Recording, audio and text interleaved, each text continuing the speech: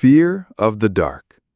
All right, let's talk about something super basic, but kind of terrifying when you really think about it. You're lying in bed, the lights are off, it's quiet, too quiet. And then you hear a sound, just a tiny click or a creak, and suddenly your heart rate goes up like you're in a horror movie. You grab your blanket, you freeze, your brain starts listing every possible bad scenario, from burglars to monsters to whatever that thing from The Ring was. But here's the thing, you're not being dramatic, your body is doing something ancient. Fear of the dark isn't just the childish phase. It's not something we all grow out of. It's hardwired into your system, baked into your brain like old cave drawings. And yeah, it's been with us for thousands and thousands of years. Let me explain. So, darkness. From a scientific perspective, fear of the dark isn't really about the darkness itself. It's about what might be hiding in it.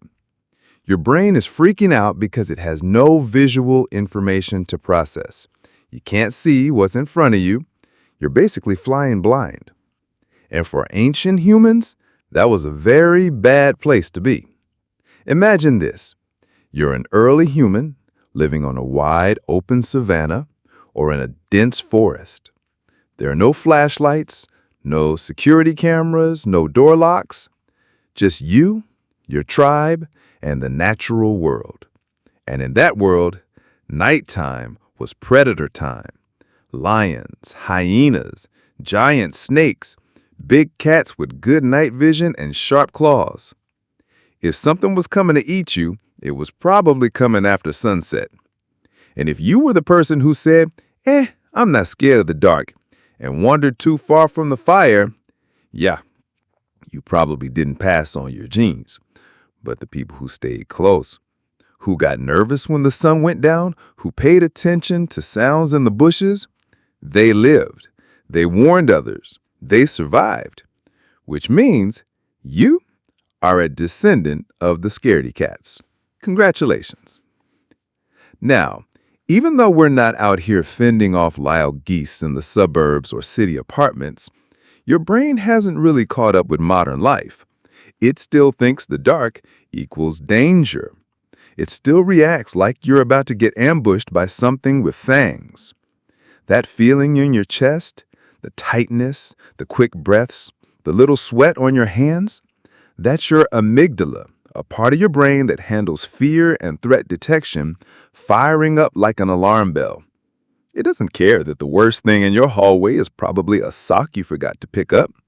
It's running on ancient instincts. The craziest part is your brain will actually start filling in the blanks. You'll see movement in the shadows. You'll hear whispers that aren't there.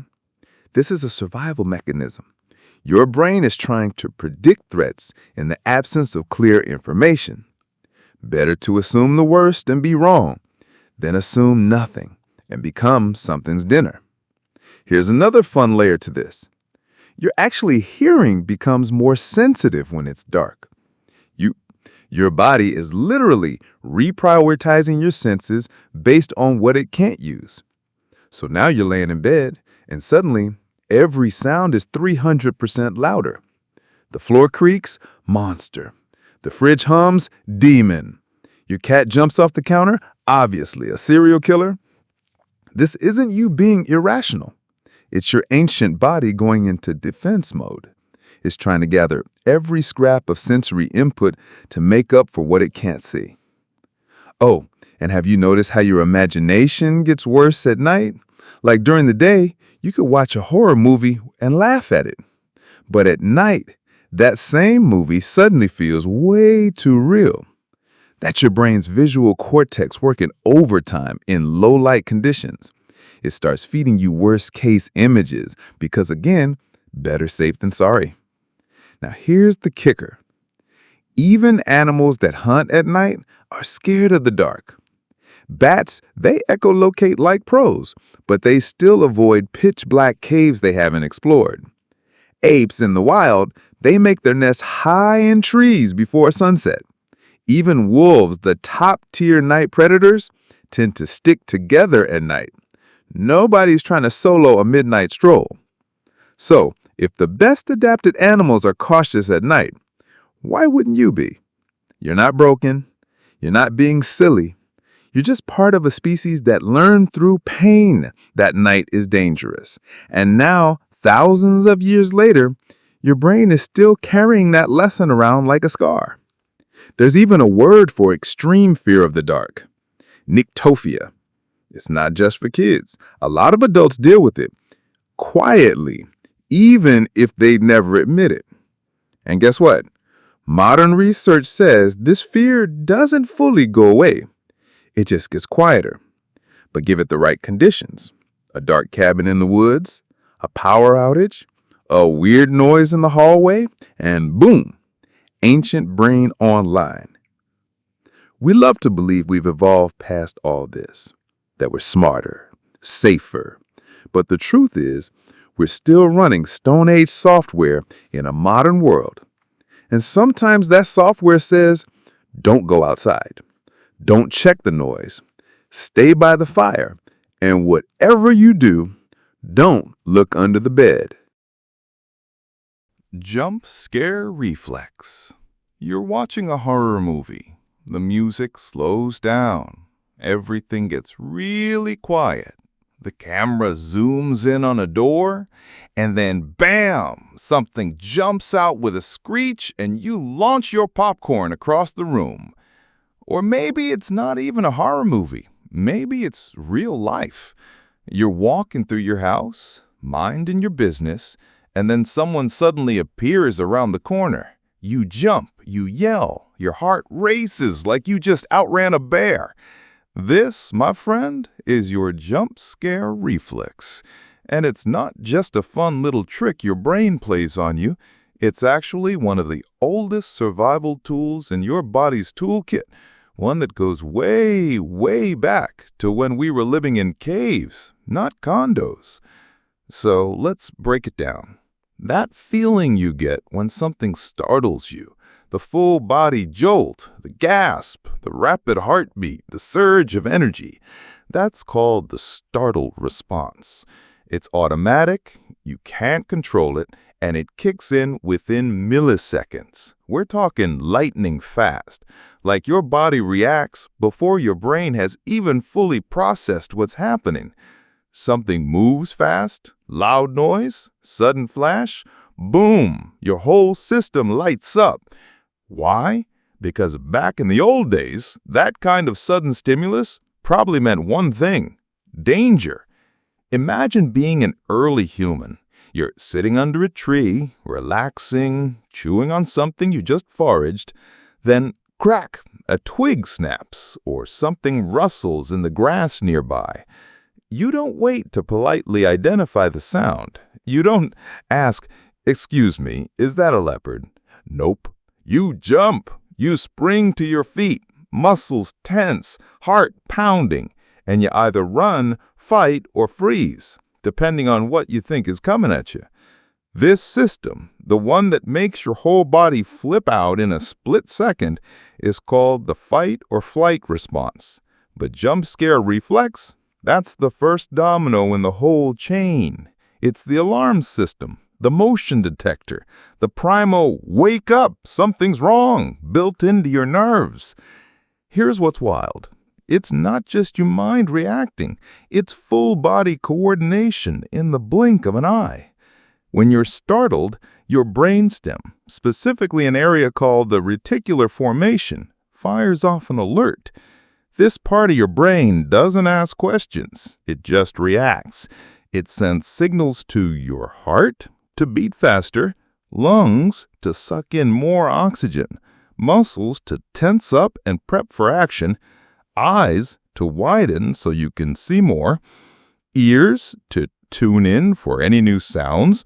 Basically, your body transforms into a high-alert surveillance system in a fraction of a second.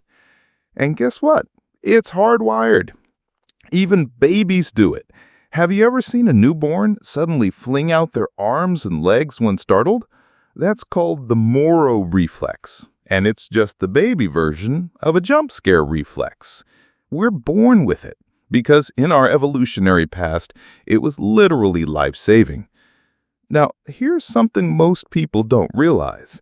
Even when there's no real danger, like, say, a balloon popping at a party, your body doesn't care. It still responds like you're being attacked. And that's because your reflex system isn't logical. It doesn't weigh pros and cons. It just reacts. Evolution decided it's better to overreact and survive than underreact and die. So, yeah, even if you jump because a friend tapped your shoulder too suddenly, that's your Stone Age software doing its job. Here's another weird thing. You know that jolt of adrenaline you get after being startled? That little electric buzz that leaves you wide-eyed and breathing hard? That's the same chemical rush that ancient humans used to escape predators. Adrenaline kicks your system into high gear. Blood moves away from your stomach and into your muscles. Your pupils dilate so you can take in more light. Your body literally becomes primed for survival. It's kind of amazing, honestly. Your body is a self-activating emergency machine. No app needed. But wait, why do we sometimes freeze instead of run? You'd think the logical thing to do when scared is to run away, right? But a lot of people freeze in place during a jump scare, or their voice catches, or they feel like they can't move. That's also ancient programming. See, in the animal world, freezing can be just as smart as fleeing. If a predator can't see movement, it might ignore you. Think deer in headlights. Think a possum playing dead. Your ancestors learned sometimes being very still is the safest move. So, your jump scare reflex, it comes with options. Freeze, fight, flee, and your brain picks one before you even know it's happening. Fun fact, this reflex is so strong, you can't even train it out of yourself. Soldiers, athletes, firefighters, even they get startled. They just recover faster. But the reflex, still there, always. Also, some people startle more easily than others. That's not weakness. It might mean their ancestors were better at spotting threats early. So, if you flinch easily, maybe your great-great-great-grandparents were the first to notice the saber-tooth behind the bush. And then there's this. Some people love getting startled. That's why jump scares in horror movies are so effective. That mix of fear and relief creates a weird rush of dopamine.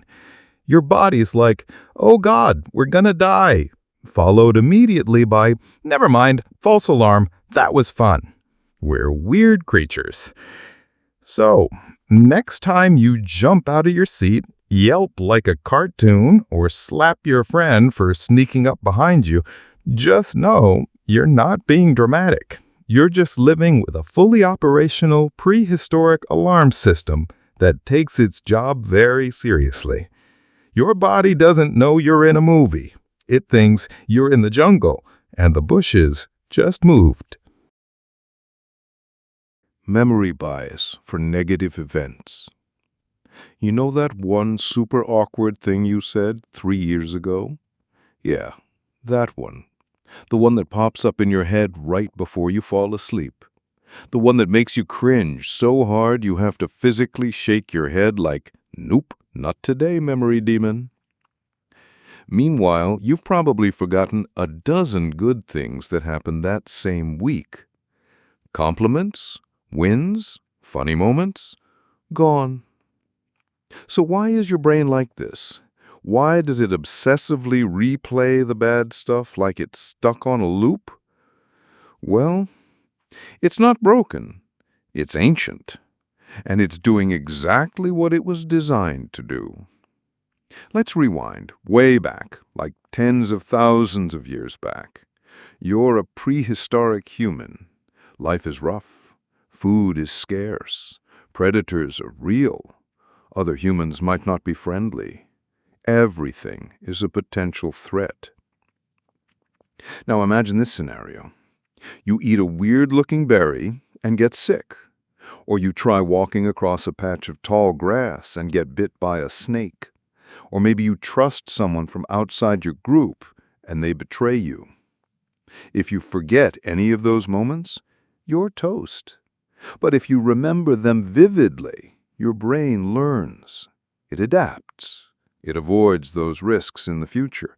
And boom, you live long enough to pass those memory-preserving genes on to the next generation. This is where something called negativity bias comes in. Your brain gives priority to negative experiences. It locks them in deeper, stores them more vividly, and pulls them up more quickly. Not because it wants to torture you, but because it's trying to keep you alive. In other words, your brain isn't trying to make you miserable. It's trying to make you prepared. Painful memory equals survival instruction. Let me give you a modern example. Imagine two events. One, you go to a party and have a great time. Everyone's nice, you laugh, you dance, you eat cake. Two, you go to a different party and someone insults you in front of everyone. Just one sentence, one moment. Which one are you going to replay in your head 100 times? Exactly. That one insult hits harder than 10 compliments. That's negativity bias in action. Your brain is wired to say, whoa, something unexpected and bad happened. Log that hard. We might need that info later. And the positive stuff? Your brain is like, cool, that was nice. Anyway. Now, here's the science-y bit, but I'll keep it simple. There's a part of your brain called the amygdala. Think of it like your internal threat detector. When something negative happens, especially something emotionally intense, the amygdala lights up and sends a message to your hippocampus, your memory center. Hey, save this, priority 1. The result? That memory gets filed with a big red emotional label on it. Important, scary, don't forget. Meanwhile, when good things happen, unless they're super emotionally intense, your brain might not prioritize them the same way. No drama, no urgency, no threat, then it just kind of floats away. Here's the weird twist, though. It's not just about remembering trauma. Your brain also replays social mistakes and embarrassment like they're life-threatening. Why? Because back in tribal times, getting kicked out of the group was life-threatening. You depended on your tribe for food, protection, and survival. So anything that made you look bad or caused conflict was a big deal. That awkward thing you said in a meeting last month, your brain treats that like potential exile, learn this moment, never do it again. Even if logically you know it wasn't a big deal, your ancient brain doesn't want to take chances. This is also why fear-based news and clickbait headlines work so well. Everything is fine today doesn't grab your brain. But scientists warn of hidden dangers in your drinking water. Oh, your brain will click that one because fear gets your attention. Negativity sticks. And the media, knowingly or not, uses that exact wiring to keep you engaged. Now, this bias doesn't mean you're doomed to be miserable. It just means you have to work harder to remember the good stuff. Studies have shown that it takes about 3 to 5 positive experiences to balance out just one negative one in your mind. That's how strong the bias is. It's like your brain has a velvet rope for happy memories and a VIP pass for every single embarrassing, painful, or scary thing. But the more you understand this, the more you can work with it instead of against it. Here's a cool trick. If something good happens, like a compliment or a win, try to sit with it for a few extra seconds. Soak it in. Let it marinate. The longer you focus on it, the more likely it is to stick. That's not some woo-woo advice. That's rewiring your brain on purpose. It's called experience-dependent neuroplasticity. Basically, you're training your brain to form stronger positive memories, just like it naturally does for negative ones. You're telling your brain, hey, this matters too. Look, the fact that we remember trauma, failure, and rejection more clearly than joy or kindness, it's not fun, but it's part of the human blueprint. You're not broken. You're just running with a brain that evolved to keep you out of danger, not to make you feel good all the time. But once you know that, once you realize your brain is doing this not to punish you, but to protect you, you can start taking charge. You can say, okay, I see what you're doing, brain. That awkward text I sent in 2016, not actually life-threatening. I'm okay. And sometimes, that's all it takes to loosen the grip. Tendency to overthink worst-case scenarios. All right, be honest. How often do you do this? You send someone a text, they don't reply for a few hours, and your brain goes, they hate me. I messed up. They're probably talking behind my back, or they got into an accident. Or maybe I said something weird, or maybe they're ghosting me. Boom, you're in full meltdown mode over something as tiny as a message delay. Or you're about to go into a job interview, and suddenly your brain's like, what if I forget my own name? What if I sneeze mid-sentence? What if I answer a question wrong and everyone laughs? What if this ruins my entire future and I end up living in a van? Sound familiar? Yeah, that spiral you're doing? That's worst-case scenario thinking. And if it feels like it happens way more than it should, it's not just you. It's all of us. Because your brain was built to overthink danger, even if the danger doesn't exist. Let me hit you with this. Your brain's #1 job is to keep you alive, not to keep you calm, not to make you happy, not even to help you succeed, just to keep you breathing. And to do that, it has a very specific strategy. Always prepare for the worst. So when you're nervous about something, your brain immediately starts running simulations. But they're not fun little, what if everything goes great simulations. No. These are, what if everything explodes and burns down simulations. It's like your brain has a disaster movie director living inside it. And every time something uncertain comes up, that director yells, roll cameras, let's imagine every single thing that could go wrong. Go! This is called catastrophizing, by the way.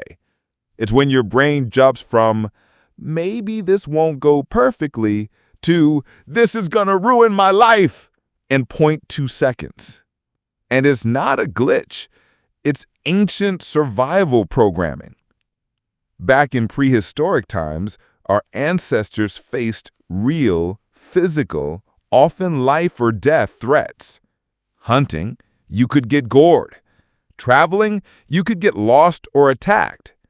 Eating something new, you could die from it. So, their brains evolves to say, better to imagine the worst and prepare than ignore it and end up dead. Let me give you a caveman scenario. Let's say one early human hears a rustle in the bushes. There are 2 possible thoughts. 1, probably just the wind. 2, that's a predator. We need to get out of here. The first guy? Chill, relaxed, positive vibes. But he's also more likely to get eaten. The second guy? Paranoid, high-strung, full of worst-case thoughts. But he survives because he took action. So, guess which one passed on his genes? That's right, the worrier. And that's why your brain still acts like every delay, every silence, every unknown situation could be the beginning of the end. Here's the thing, though. Modern life isn't ancient life. Most of the time, the thing you're catastrophizing about isn't actually life-threatening. Your friend not replying? They're just busy. The meeting tomorrow? It won't kill you. Saying something awkward? Probably not social exile. But your brain doesn't always know that because it still runs on instinct, not logic. And the part of your brain doing all this worrying, that's the prefrontal cortex, the part responsible for planning, predicting, imagining the future. It's incredible. It's powerful. It's what makes humans, well, human. But when it gets anxious, it turns into worst-case scenario generator on steroids. Also, fun fact, when you're stressed or anxious, your brain literally turns down access to rational thinking. Like, blood flow actually shifts away from the parts of your brain that handle logic and toward the parts that handle threat and emotion. That's why it's so hard to think clearly when you're spiraling. Your brain is preparing for a fight, not a thoughtful decision. So when someone tells you just calm down or just think positive, yeah, your brain isn't exactly built for that in those moments. It's built to think, what if the absolute worst happens and how do I survive it? And let's talk about the spiral. You think one bad thought, then you add a second, then a third, and suddenly you're 14 steps deep into a disaster scenario that hasn't even happened. This is actually a thing your brain does called rumination.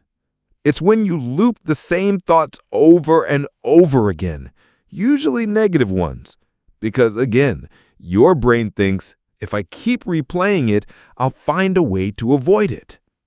But what usually happens, you just end up exhausted and stressed out, and still unsure what to do. Now, here's where it gets even trickier. Your brain will sometimes invent problems just to keep you alert. Like, let's say your day is actually going fine. No chaos, no drama, and suddenly you feel weirdly uneasy, like you're waiting for something to go wrong. That's called anticipatory anxiety. It's your brain scanning the horizon for danger, even if there isn't any. Because ancient humans never got to relax completely. Something was always out there. So your brain goes, things are quiet, too quiet. And then there's social scenarios, the absolute gold mine for worst-case overthinking. You think, did I talk too much? Did they sound annoyed? What if I said something offensive without realizing it? They said we should hang out, but didn't text me. Do they hate me now? All of that is your brain protecting your social survival. In ancient times, being part of a group was everything. So being rejected, shunned, or embarrassed, huge deal. That's why we take even small social discomforts and blow them up in our heads. Because deep down, your brain still believes, if I mess up socially, I could be in danger. So what can you do? Well, first, notice when it's happening. Name it. This is a worst-case spiral. My brain is trying to protect me. Sometimes just calling it out can break the loop. Second, ask yourself, what's the actual evidence this will happen? And what's the best-case scenario? Because if your brain gets to imagine the worst, it should be allowed to imagine the best. Fair's fair.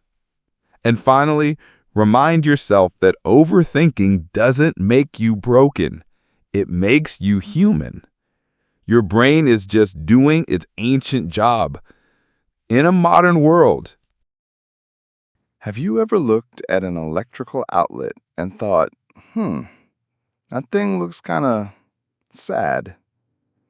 Or you glance at your toast and suddenly there's a face, 2 eyes, a nose, maybe even a little smirk. How about a cloud that looks like a cartoon character? Or the front of a car that looks angry? Or a stain on the wall that, for some reason, has a full-on personality? You're not going crazy. Your brain is doing something very specific and very ancient. It's called facial recognition bias, or if you want the fancy name, pareidolia. But don't worry, we're not turning this into a science lecture. Basically, your brain is so obsessed with faces, it sees them even when they're not there. Let's be real, this can be kind of fun. You'll see a potato chip that looks like Elvis, or a tree trunk with the surprised expression, or a house that looks like it's glaring at you for judging its lawn. But it can also be really weird. People see faces on Mars, on the moon, in mold, even in electrical panels. And if you've ever stared at a coat hanging in the dark and thought it was a person, congratulations, you've experienced full-blown prehistoric pattern detection. So the question is, why does this happen? Why is your brain so eager to find faces, even in totally random stuff? Well, like almost everything strange about you, it goes way, way back. Let's start with the basics. Your brain loves faces. From the moment you're born, literally within hours, your brain starts paying attention to anything that looks like a face. 2 dots and a line, your baby brain says mom. In fact, babies will track simple face-like patterns with their eyes before they even understand what a face is. That's how deeply wired this thing is. It's not something you learn, it's something you're born with. Why? Because faces are survival information. Back in the day, when humans lived in small tribes, recognizing faces was everything. It told you who's in your group, who's safe to approach, who's angry, who's sick, who's lying. And not just what a face is, but what it's feeling. A split-second glance at someone's face could mean the difference between safety and serious danger. If you saw fear, you ran. If you saw aggression, you braced. If you saw trust, you relaxed. This kind of rapid facial processing helped early humans read the room long before there were rooms. So it makes sense that your brain evolved to say, if there's even a tiny chance that's a face, pay attention. Here's where it gets cool. There's a part of your brain called the fusiform face area. Yes, that's the real name. And it is literally specialized for detecting faces. Like there's an entire brain region just sitting there waiting to scream face every time it sees something vaguely symmetrical with 2 spots and a line. You ever wonder why emojis are so powerful? Or why masks, even simple ones, make us uneasy? That's your fusiform face area doing its thing. It's like a hyperactive face radar. And it doesn't care if it's a person, a pancake, or a tree knot. If it kinda, sorta, maybe looks like a face, boom, face detected. But this isn't just about recognition. It's also about connection. When you see a face, real or fake, your brain starts assigning emotions and intentions to it. So if you see a car with headlights and a grille that looks like a face, you might say, that car looks angry. Or you walk past a building and the windows make it look surprised. Suddenly, you're giving objects personalities. Why? Because humans evolved to be social creatures. We're hardwired to relate to faces, to assign meaning to them, even when we know it's not real. It's a survival advantage, connecting with others, reading signals, understanding emotion quickly, even if sometimes it makes you feel like your plant house is silently judging you.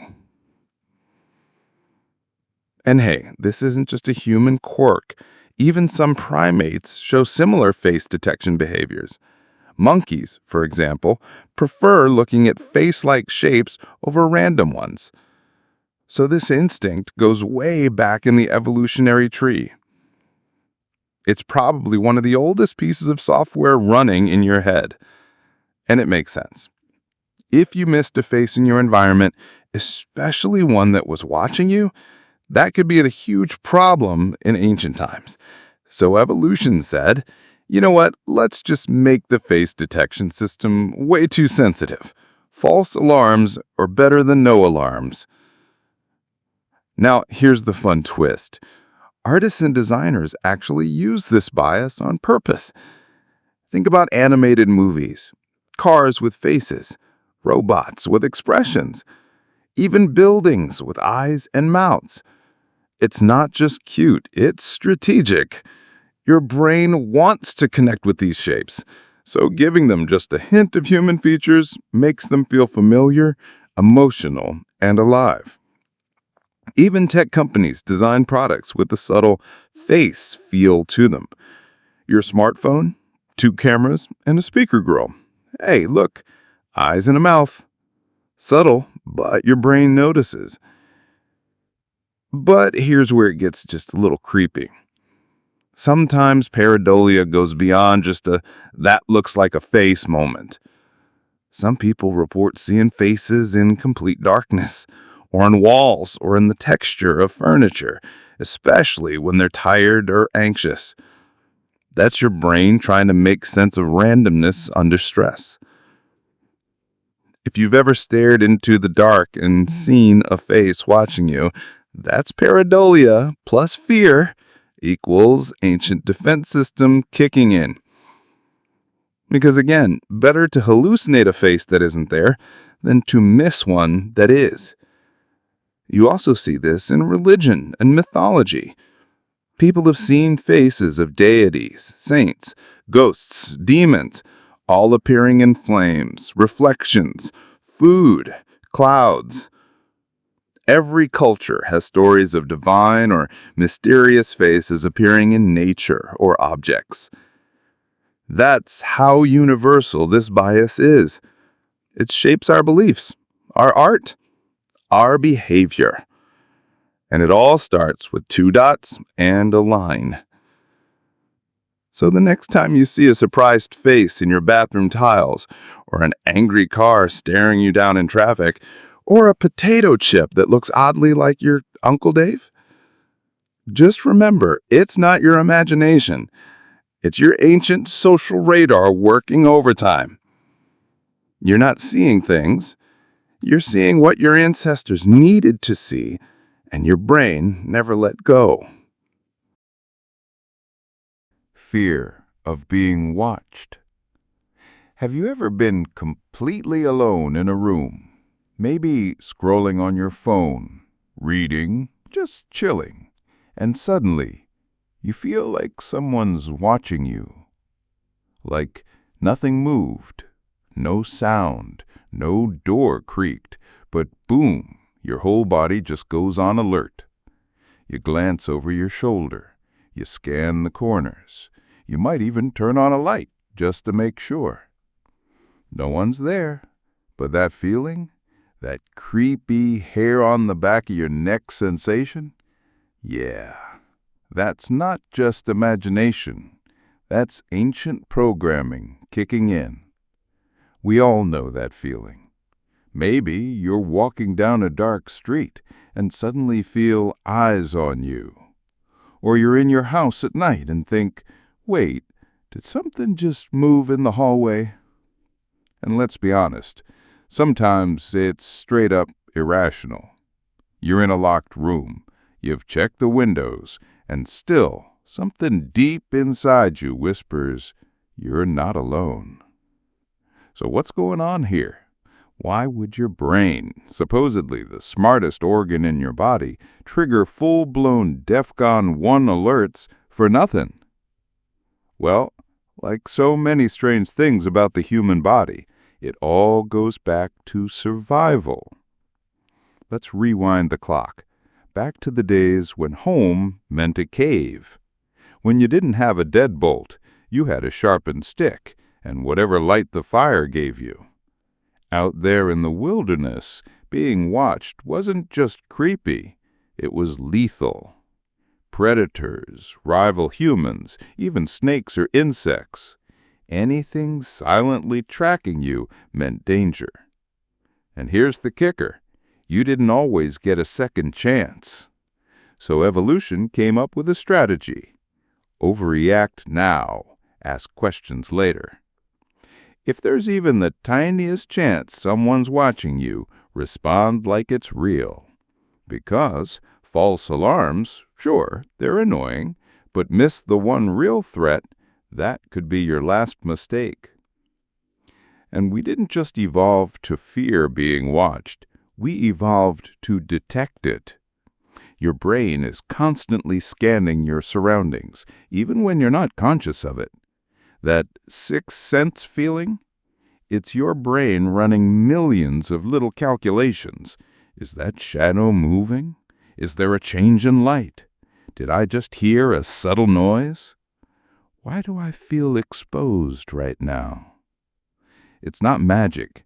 It's pattern recognition, dialed up to prehistoric levels. Some scientists even believe we have specialized neural circuits for processing eye contact. That's right. Your brain is actually tuned to pick up the feeling of being looked at. Ever notice how you can feel someone staring at you, even from across the room or from behind? There's evidence that your peripheral vision, body posture detection, and micro-movements are all working together to trigger that awareness. It's creepy, but it's real. Now add in some modern spice. In ancient times, the fear of being watched was all about lions, snakes, or an ambush. Today, it's security cameras, social media, Zoom meetings, that weird mannequin in the clothing store. We still feel watched, even when we know we're not. And sometimes technology makes it worse. Have you ever been talking about something, like just casually chatting about needing new shoes, and then suddenly your phone shows you a shoe ad? Now your brain goes, see, I am being watched. Of course, it's algorithms, data, targeted ads, but the effect is the same. Hyper-awareness, a sense that your privacy isn't quite as private anymore. And that ancient fear, the one wired into your DNA, flares up all over again. There's also this weird psychological phenomenon called the watching eye effect. Here's how it works. Researchers found that when people are shown pictures of eyes, like just a photo of someone's eyes on a wall or poster, they're more likely to follow rules, act generously, and change their behavior. Seriously, even if they know it's just a picture. The simple image of someone watching triggers our ancient accountability circuits. It's like your brain says, someone's judging me right now, better behave. Even fake eyes can change how we act. That's how deep this goes. And it doesn't stop with just fear or self-consciousness. There's also the moral pressure of being watched. Back when humans lived in small tribes, your reputation mattered a lot. You had to be seen as trustworthy, loyal, not a threat to the group. So your brain evolved to respond to being observed, because being caught doing the wrong thing could get you exiled or worse. This is probably why you still feel guilty doing something minor, even when no one's around. Sneaking an extra cookie, cutting in line, telling a little white lie. Even if no one sees you, your brain reacts like someone did. Because to your inner caveman, being seen doing something wrong meant social death. There's another twist, too. Mirrors. People often report feeling watched while looking in a mirror, especially in the dark. Ever done that late at night and gotten a little freaked out? That's because mirrors trigger your self-awareness systems, but also they reflect a face. And remember, your brain's facial detection radar? It doesn't always distinguish between me and another person instantly. So for a split second, your brain says, "Wait, who's that? Are they watching me?" It's subtle, but enough to trigger that ancient paranoia. Now add in some dim lighting, weird shadows, and maybe a spooky childhood memory, and boom, you're turning on every light in the house. All of this leads to one wild truth. You are wired to feel watched. It's not just fear, it's vigilance, a leftover survival mechanism that helped your ancestors stay alive, even if now it just makes you paranoid when you're home alone. So the next time you suddenly feel like you're not alone, when your skin prickles or you glance behind you, even though you know no one's there, don't brush it off. Your brain is just doing its ancient job. It's keeping you alert, a little jumpy, a little cautious, just in case. Because even in 2025, part of you still lives in the forest. Obsessive pattern recognition. Have you ever looked up at the clouds and gone, "That one looks like a dragon"? Or maybe you've seen a weird stain on the wall and thought, "That kind of looks like a face." Or, and let's get real, maybe you've heard a song on the radio that perfectly matched your mood and thought, "Whoa, that's a sign." Sound familiar? Congratulations, you're officially a master of pattern recognition. Or maybe a victim of it. Depends on how you look at it. But here's the wild part. This thing your brain does, seeing patterns, connecting dots, reading signs, it's not just some quirky personality trait. It's deep, ancient survival software. You were literally built to see patterns, even if they're not there. Let's take a trip way, way back, prehistoric times, before books, before Google, before even language got fancy. Your ancestors had to survive out there using one major tool, their brains. And not just brains for thinking, brains for noticing. That rustle in the grass might mean a predator. Those clouds on the horizon could signal a storm. That strange behavior from someone in the tribe, better pay attention. If you could pick up on clues, even subtle ones, you had a way better chance of staying alive. And this is where pattern recognition became your brain's favorite game. Let's imagine you're a hunter-gatherer. You're tracking a deer through the forest. You notice broken twigs, a faint hoof print in the dirt, a patch of fur on some bark, a shift in bird sounds. Now, put all that together. You don't just see random things. You see a story. The deer was here. It went that way. It's probably still nearby. Boom! Dinner! Now, flip it. Imagine someone misses those signs. They walk right past the clues. They don't notice the shift in the wind or the subtle silence before an ambush. Guess what happens? They become dinner. So over time, the people who were better at spotting patterns, who could turn chaos into meaning, survived. And their brains pass that talent on to you. Here's the twist. Your brain doesn't stop at useful patterns. Once it learns this pattern equals survival rule, it applies it everywhere, even in places where there's no real pattern at all, like seeing faces in burnt toast, or thinking 13 is an unlucky number, or swearing that every time you wear a certain shirt, your day goes better. This has a name, by the way. Apophenia, the tendency to perceive connections between unrelated things. And the most famous version? Pareidolia. That's when you see faces or shapes in clouds, rocks, or even your bathroom tiles. It's basically your brain saying, better safe than sorry, let's treat this random blotch like it might be important.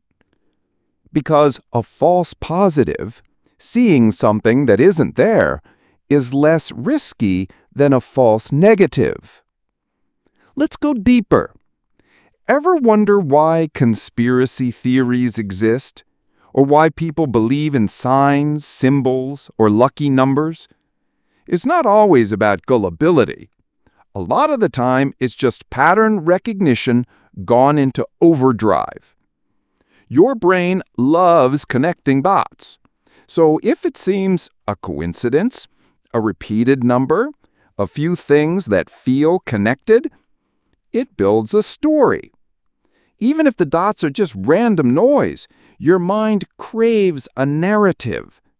That's why we see shapes in ink blots. It's why slot machines are addictive. You think you're due for a win because of patterns in past losses. It's why people read horoscopes and think, that totally applies to me. Your brain wants the universe to make sense, so it forces it to. Now, here's a fun twist. This ability isn't just about surviving. It also made humans creative. Because once you start spotting patterns, you start making connections. That's where storytelling, music, art, even science comes from. Think about it. Musicians hear rhythm in noise. Scientists look at data and spot trends. Artists turn shapes and colors into meaning. Philosophers see patterns in human behavior. That's your pattern-hunting brain in action. The same instinct that once helped you spot animal tracks is now the thing that makes you write poetry or solve complex problems. Pretty cool, right? But here's the downside. Your brain is so obsessed with finding patterns, it can mislead you. You'll start seeing danger where there isn't any. You'll assume cause and effect when it's just coincidence. You'll find meaning in random events and sometimes act on it. Like thinking a black cat crossing your path will bring bad luck. Or assuming someone doesn't like you just because they didn't say hi that one time. Or believing the universe is sending you a sign because you saw the number 777 3 times today. Again, it's not dumb, it's not crazy, it's ancient wiring doing its thing. But sometimes that wiring isn't calibrated for the modern world. And then there's anxiety. When your brain is too focused on patterns, especially negative ones, it can start to feel like everything is a threat. You notice every small twitch in someone's expression, every shift in tone, every ambiguous text message, and your brain fills in the blanks with worst-case scenarios. You're not just seeing patterns, you're interpreting them through a fear filter, which, again, goes back to ancient survival. Better to assume the worst and stay alive, right? So next time your brain goes wild trying to decode the world, when you catch yourself analyzing every little detail, overthinking, finding connections that may or may not be real, take a breath. That's not just you being weird or paranoid. That's your hunter-gatherer brain, hard at work, still trying to track prey, still trying to read the sky, still trying to make sense of a chaotic world by finding order inside the mess. It's annoying sometimes, but it's also kind of amazing. Because this one ancient trick, it's why humans became what we are. Pattern seekers, dot connectors, meaning makers. And yeah, sometimes people who see smiley faces in clouds. Neophobia, fear of new things. Okay, tell me if this sounds familiar. Your friends suggest trying a new restaurant, and your gut reaction isn't yay, it's, do we have to? Or there's a new app update, but you avoid it for weeks because the old version still works fine. Or maybe you've worn the same pair of jeans for years, not because they're the best, but because they're safe, comfortable, predictable. If that's you, don't worry. You're not being boring or stubborn. You're being ancient. That hesitation you feel around new things, it's got a name. Neophobia. The fear or resistance to change, especially when it comes to unfamiliar objects, places, or experiences. And here's the twist. It's not a modern problem. It's an evolutionary survival feature that helped your ancestors stay alive. Yep, your brain is low-key allergic to new stuff, and it's been like that since the Stone Age. Let's rewind.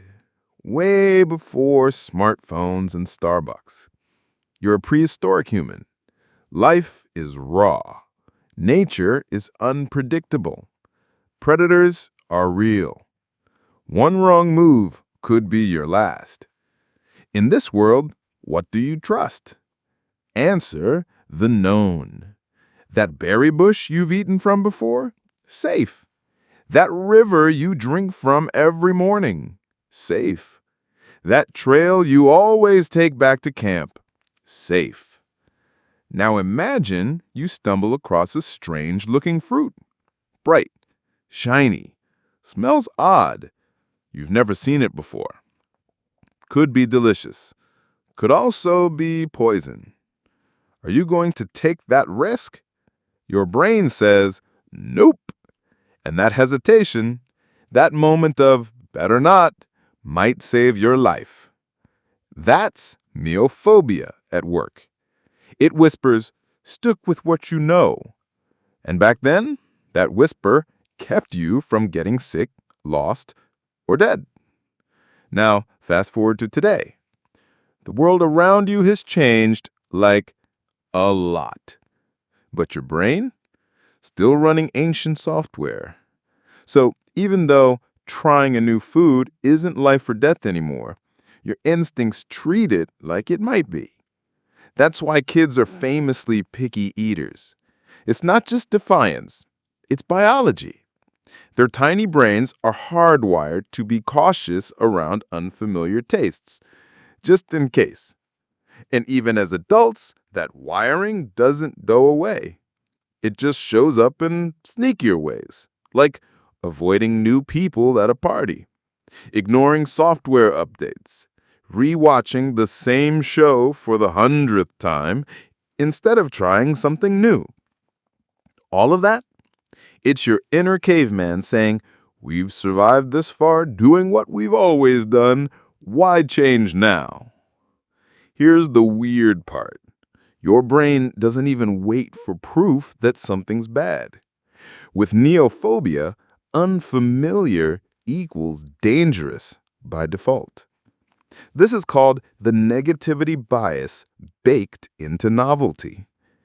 Basically, your brain assumes new equals unpredictable, unpredictable equals potentially harmful, therefore, let's not.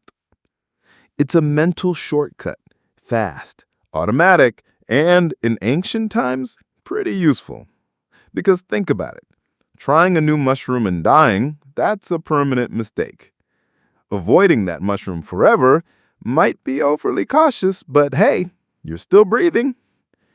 But now, this survival instinct sometimes backfires. You might avoid opportunities, people, ideas, not because they're actually bad, but just because they're new. And the crazy part, your body reacts physically.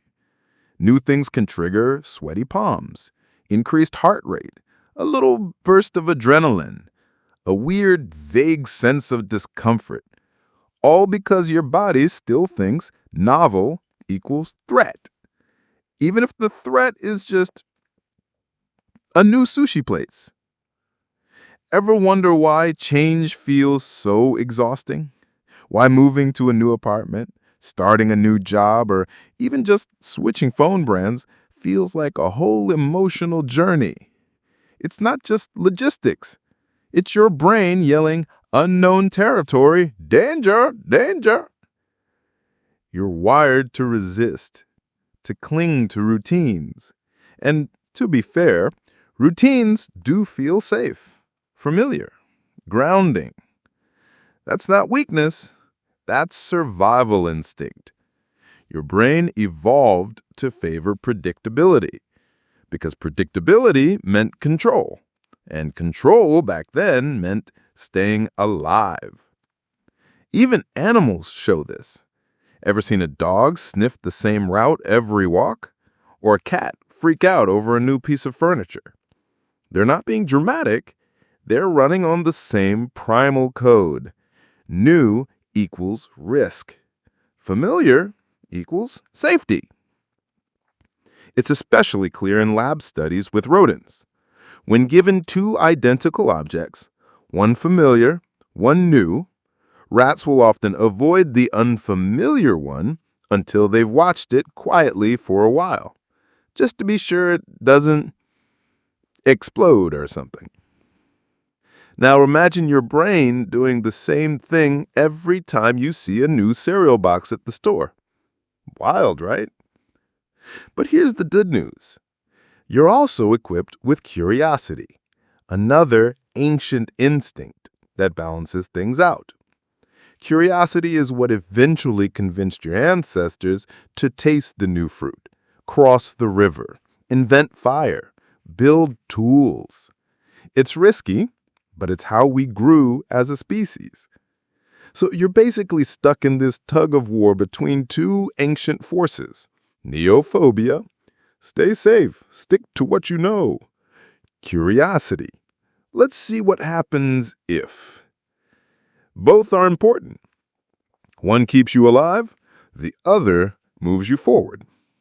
So what does this mean for you right now? If you catch yourself avoiding something new, whether it's a hobby, a food, a person, a place, pause for a second and ask yourself, is this actually dangerous or just unfamiliar? That one question can cut through 10,000 years of survival programming. Because honestly, most new things in modern life aren't life-threatening. But your brain, doesn't always know that. It's still playing the ancient game of risk versus reward, with a bias towards survival, not growth. So yeah, if you've been eating the same breakfast for 12 years, or you still haven't updated your phone, or you'd rather walk the same route every day because it just feels better, that's neophobia. You didn't choose it. It's part of your operating system. But now that you know it's there, you can start calling it out. Because sometimes the scariest thing is just the new thing. And that's okay. Your brain's just trying to protect you, even when all you're doing is ordering something new from the menu. Sleep paralysis and witches. You wake up in the middle of the night, but you can't move. Your eyes are open, your mind is awake, but your body completely frozen, like you're locked inside your own skin. Then, as if that wasn't terrifying enough, you feel something in the room, a shadow in the corner, heavy, watching, pressing down on your chest. Breathing becomes hard. Panic builds, and just when you think it's over, it all disappears, like a switch was flipped. Sound familiar? If you've ever experienced this, congratulations. You've had a taste of sleep paralysis, one of the creepiest, most disturbing leftovers from our ancient biology. And no, you're not crazy. And no, it's not just a bad dream.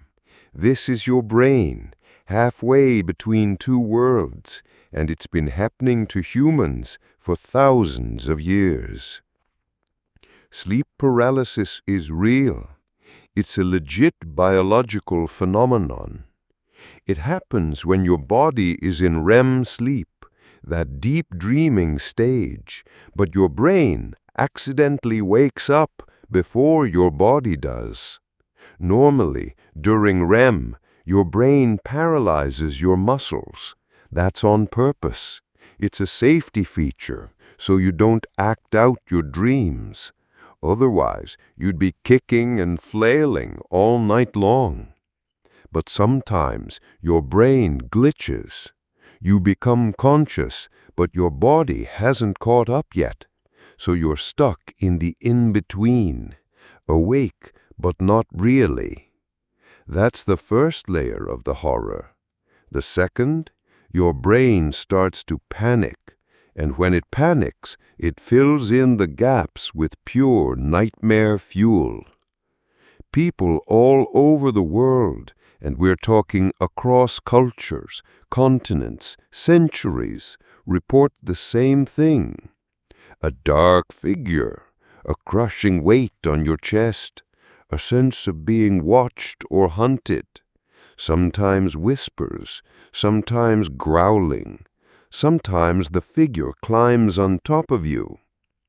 It's so common, it's got names everywhere. In Japan, it's called kanashibari. In Newfoundland, they call it the old hag. In Nigeria, it's blamed on demonic attacks. In ancient Greece, they blamed gods or spirits. And in the Middle Ages, they called it witchcraft. Witches, demons, ghosts, aliens. Cultures interpreted the same experience through their own beliefs. But the sensation itself, it's always been the same. Which makes you wonder, why do we all hallucinate the same horror movie? One theory, this whole creepy experience might be connected to our ancestral fear of nighttime attacks. Think about it. In prehistoric times, sleep was risky. There were no locked doors, no safe beds, no flashlights. You're just curled up in the dark, vulnerable. Half your tribe's asleep, the other half's on watch, maybe. Any predator, rival human, snake, spider, anything could creep up while you're unconscious. And once you're asleep, you're basically a sitting duck. So what did evolution do? It wired your brain to stay alert even during rest. Some part of your nervous system is always on edge, just in case. And sleep paralysis might be a glitch from that ancient defense system. Your brain jolts awake because it thinks something is wrong, danger nearby. But your body is still shut down, paralyzed from REM. The result? Pure horror. You can't move, can't scream, but your panic center is going haywire. And your mind starts filling in the blanks. Why can't I move? Why do I feel pressure? What's in the room with me? Boom. Shadow figure. Another theory, those terrifying visuals, the witch, the demon, the ghost, might come from pattern recognition gone wrong. Humans are built to recognize faces. It's survival. You want to notice when someone or something is staring at you. But in sleep paralysis, your brain is kind of drunk. It's half asleep, half awake, highly anxious, and working with almost zero sensory input. So it makes stuff up. A coat on a chair becomes a crouching figure. Your blanket becomes a claw. A passing car's headlight becomes glowing eyes. And your brain, especially if it's still running on ancestral fear, believes it, because it would rather freak out and survive than ignore something that turns out to be real. Better to see a phantom than miss a predator, right? And let's talk about that chest pressure for a second. It's one of the creepiest parts of the experience. You feel like something is sitting on you, crushing you, stealing your breath. But that too has a biological explanation. During REM sleep, your breathing slows and becomes more shallow, totally normal. But when you wake up mid-REM, paralyzed and panicking, your chest feels heavy. Your brain interprets it as an external force because you're not consciously controlling your breath yet. So your inner caveman freaks out and goes, "Oh no, something is sitting on me. I'm going to die." Classic evolutionary overreaction. Here's what makes this whole thing so fascinating. Sleep paralysis affects people of all backgrounds, all ages, all beliefs, and yet we all describe similar sensations. That strongly suggests it's not just psychological, it's deeply neurological, an ancient glitch that's still wired into our brains. You can even trigger it on purpose. People who sleep on their backs, people who nap during the day, or those who disrupt their sleep cycles, shift workers, students, jet-lagged travelers are more likely to experience it. Some people report it happening during extreme stress, exhaustion, or trauma.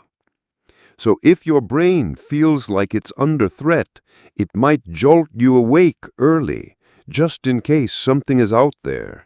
An internal alarm system, still trying to keep watch in the dark. What's wild is how many stories, myths, and superstitions had been built around this one weird little brain hiccup.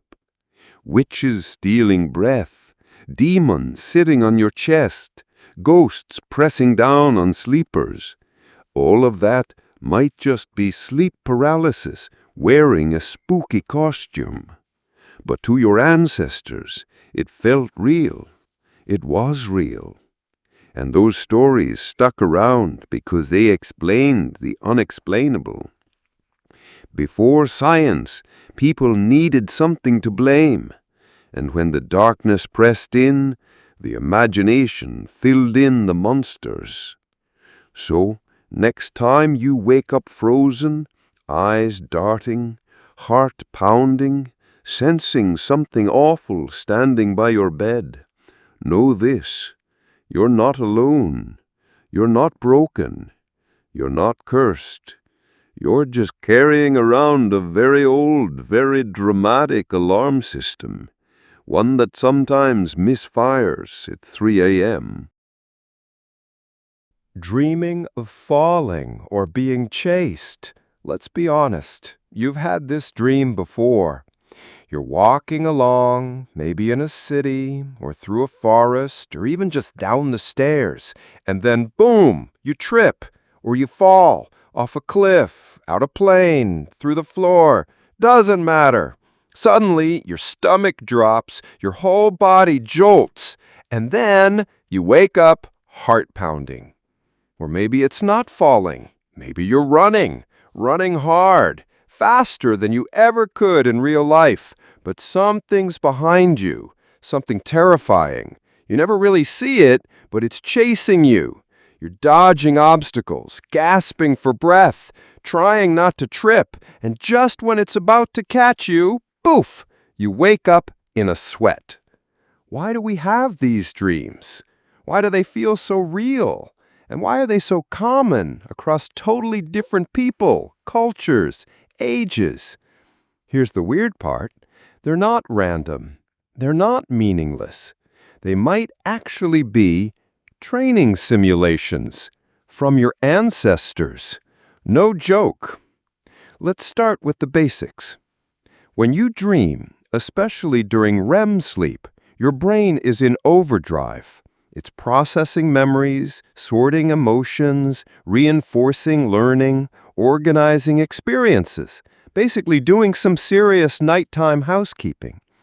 But in the middle of all that, it runs these strange, often stressful little scenarios.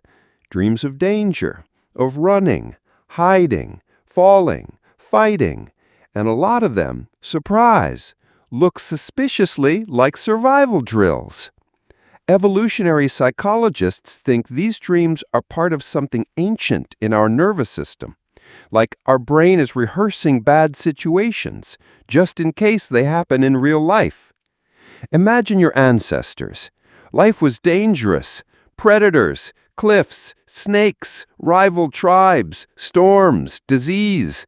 Everything could kill you. You didn't have Netflix or seat belts or antibiotics. You had to stay alive using instinct, fast reactions, and split-second decisions. So your brain evolved to practice threats even while you were asleep. Let's take the falling dream. Why do so many people, including you, jolt awake thinking they're falling? That's not just drama. That's a deeply wired reflex. There's a term for it, the hypnic jerk. It's that sudden body spasm you feel right as you're falling asleep, often paired with a dream of falling off something. Now, think about early humans. They slept in trees, on cliffs, near unstable ledges. Falling in your sleep? Not just scary, fatal. So your brain developed a test system. As your muscles relax for sleep, your brain goes, wait, are we safe right now? It sends a tiny panic signal to check. You jerk awake just to make sure you're not dropping off a cliff or branch. And over time, that evolved into full-blown dreams of falling, not because you actually fell, but because your brain's safety system is still doing its job. Now let's talk about being chased. This is one of the most common dream themes across all humanity. Whether it's a monster, a stranger, a wild animal, or something you can't even see, the feeling is the same. You're running, you're afraid, you're trying to survive. Why would we all dream that? Simple, because being chased was one of the most real, constant threats for thousands of years. Whether it was predators like big cats and wolves, or rival humans from another tribe, or angry animals guarding their territory, running away was a skill you needed to survive. So your brain, clever little thing that it is, kept rehearsing that skill while you sleep. The goal wasn't just fear. It was to teach your brain how to react under stress, what to do, what not to do, where to hide, when to run.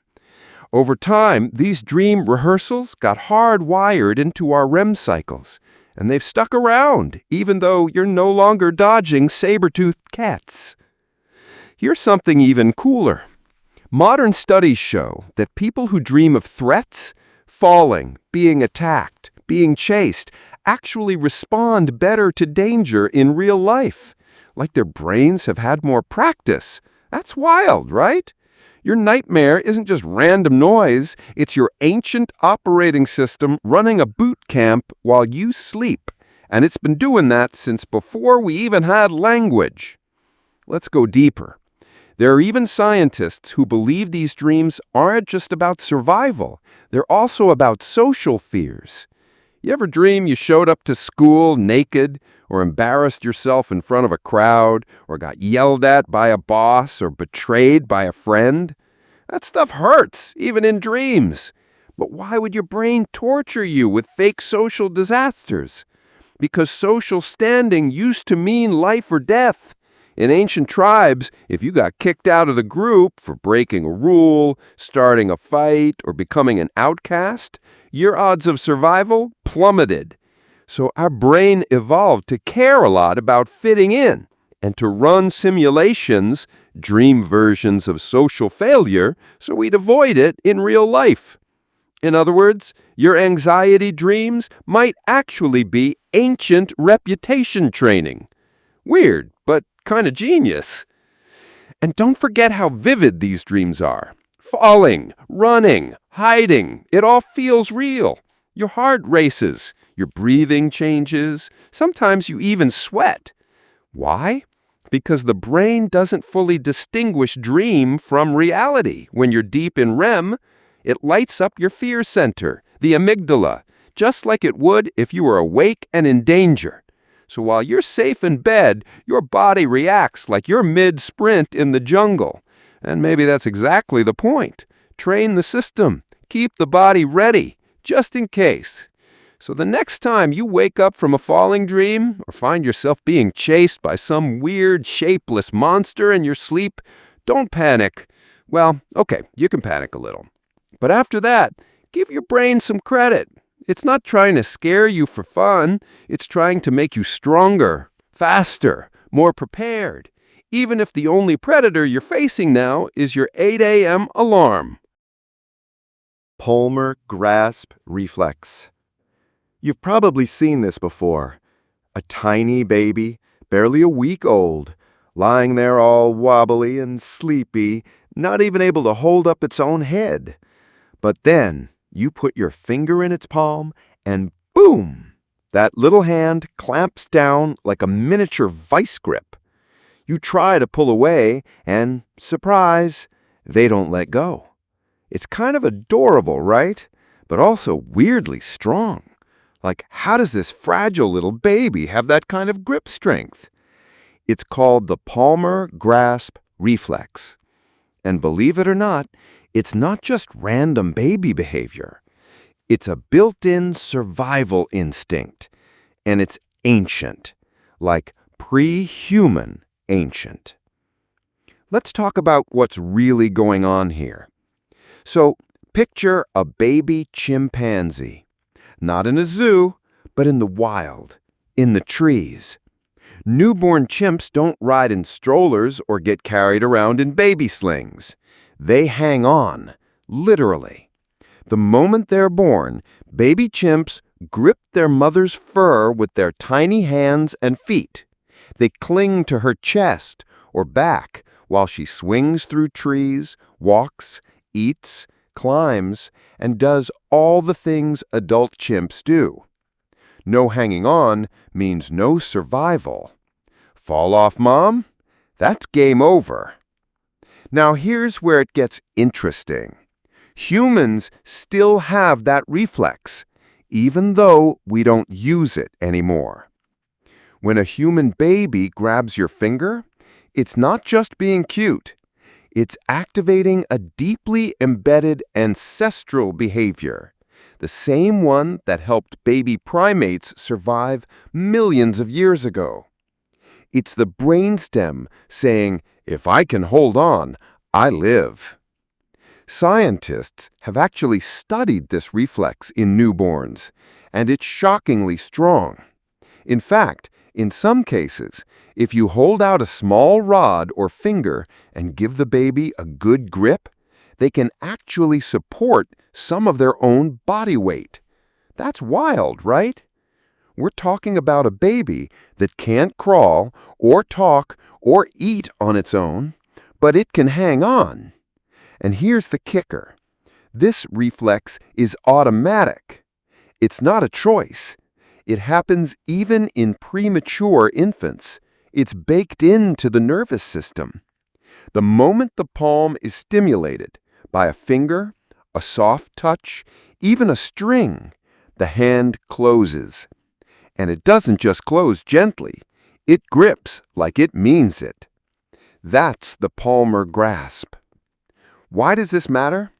because it shows us how many things we do, or start doing as babies, aren't new behaviors. They're ancient code.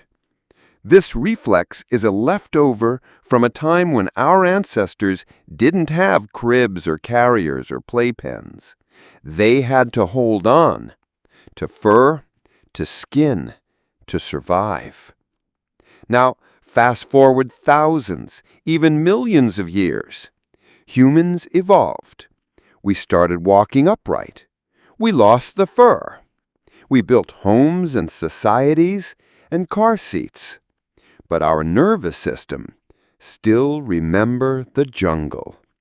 So even though your baby doesn't have to cling to you to avoid falling out of a tree, the instinct is still there. It fades over time, usually by 6 or 7 months, because once babies start developing voluntary motor control, they don't need that automatic clutching system anymore. But for those first few months, it's in full force. And it's not just about fingers. The Palmar grasp reflex is part of a whole set of primitive reflexes we're born with, and that slowly fade away as our brains mature. There's the Moro reflex, where babies fling out their arms when they feel like they're falling. The rooting reflex, where they turn their head toward a touch on the cheek, like they're looking for milk. And the stepping reflex, where their feet try to walk when you hold them upright. All of these are ancient little programs. They're not conscious. They're not learned. They're just on, right from the start, because your brainstem, the deepest, oldest part of your brain, still remember life before diapers. So next time you hold the baby's hand and they latch onto your finger like a tiny, determined crab, don't pull away too fast. That's not just a cute moment. That's a signal from deep, deep time. A whisper from a world where the only way to stay alive was to hold on tight and never let go. It's your body remembering what it used to need, even if we don't need it anymore. Babinski Reflex. Okay, let's do a weird little experiment. If you happen to have access to a baby right now, don't go borrow one, that'd be weird. Try this. Gently stroke the bottom of the baby's foot from heel to toe. Slowly. Watch what happens. The toes spread out wide, and the big toe points upward like it's trying to wave at you. It's kind of hilarious, but also really strange. Why would a baby's foot react like that? I mean, adult feet don't do that. If you try that on yourself, you'll probably just flinch or pull away.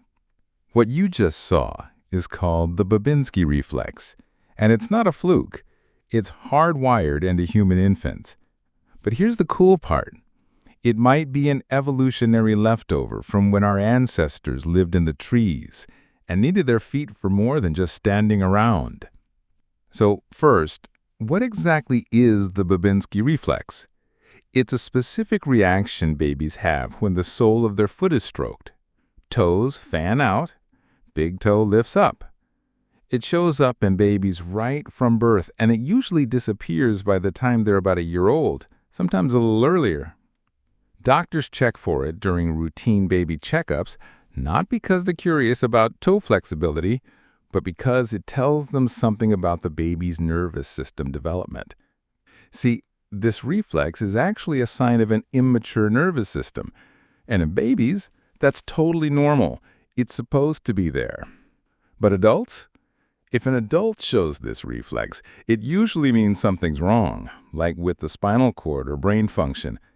So in a way, this weird toe spread is a milestone marker. Your body is literally showing that it's still running on old default settings. Now let's get to the fun part. Why does this reflex exist in the first place? Well, imagine you're a tiny primate baby. Not in a stroller, not in a crib, but clinging to your mom's body as she climbs through the jungle canopy. You don't just need strong hands. You need feet that can grip, balance, sense, and adjust. Think of a baby monkey or chimpanzee. Their feet aren't flat platforms for walking like ours are today. They're more like hands, flexible, strong, and reactive. That fan-out reflex in the toes, it may have helped early primate infants instinctively spread their toes to grab hold of branches, of fur, of anything nearby that would keep them from falling. In other words, the Babinski reflex could be a tiny echo of a life in the trees. It's like your baby's body still remembers what it's like to use feet as gripping tools, not just for standing, but for survival. There's a beautiful irony here. Modern human babies can't even hold up their heads when they're born. They're squishy and helpless. But somewhere inside that tiny body is a set of ancient programs waiting to run. The Babinski reflex is one of those programs. It's automatic.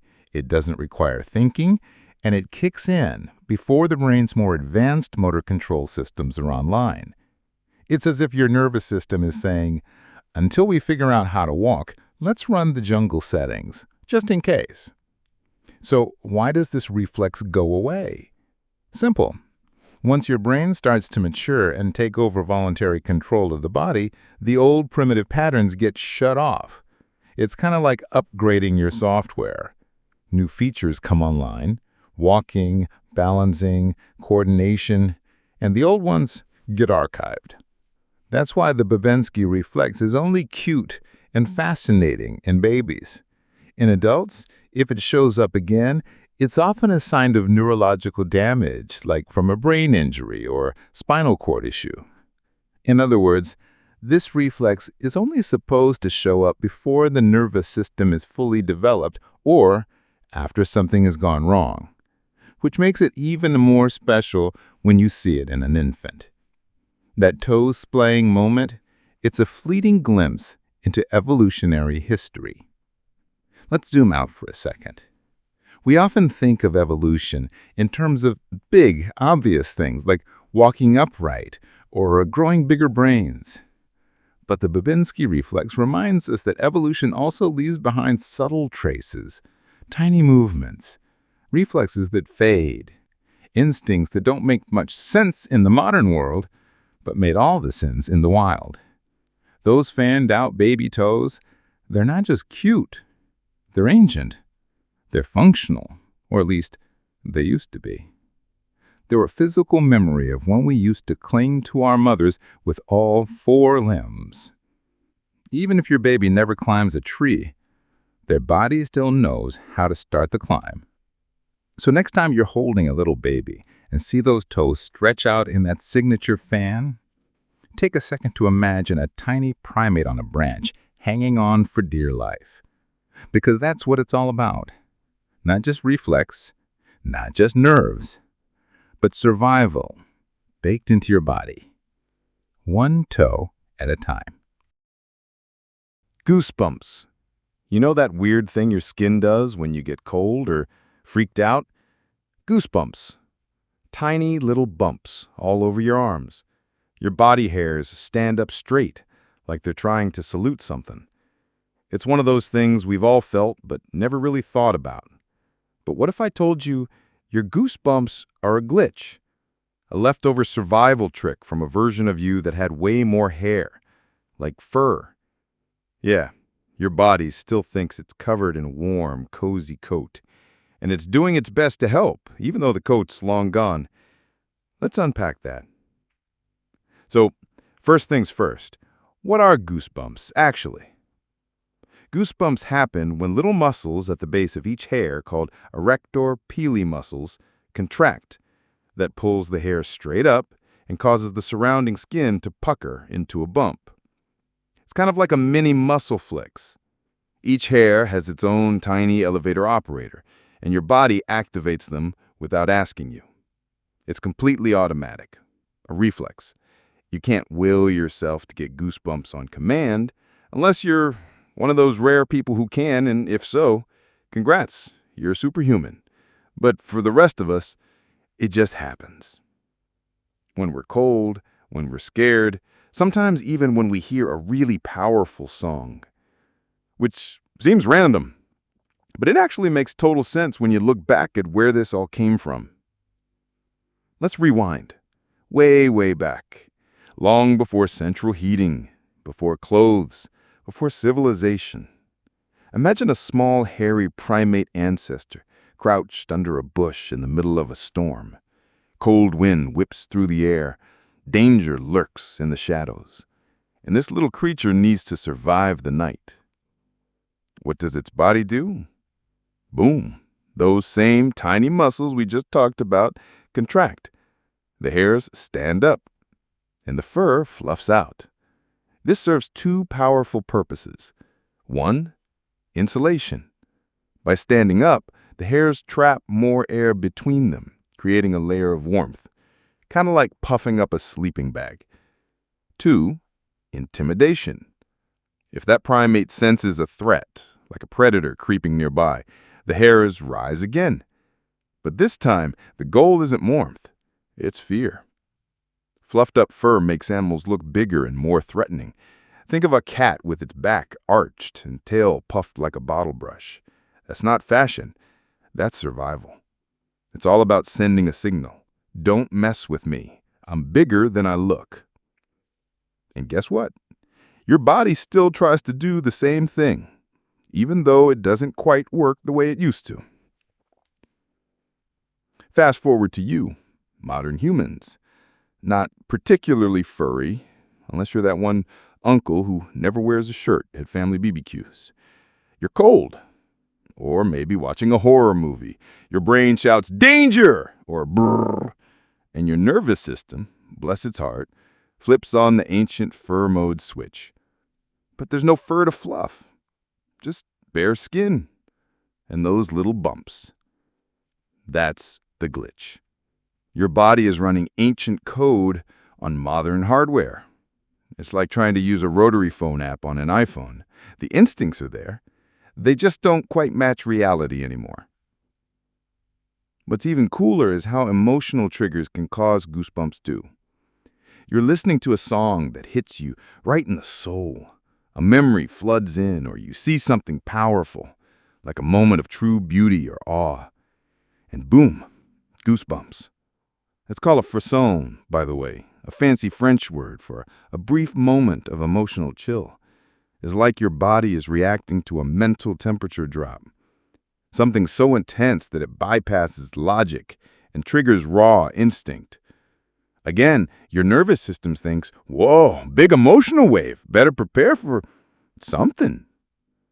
It's like a catch-all alarm system.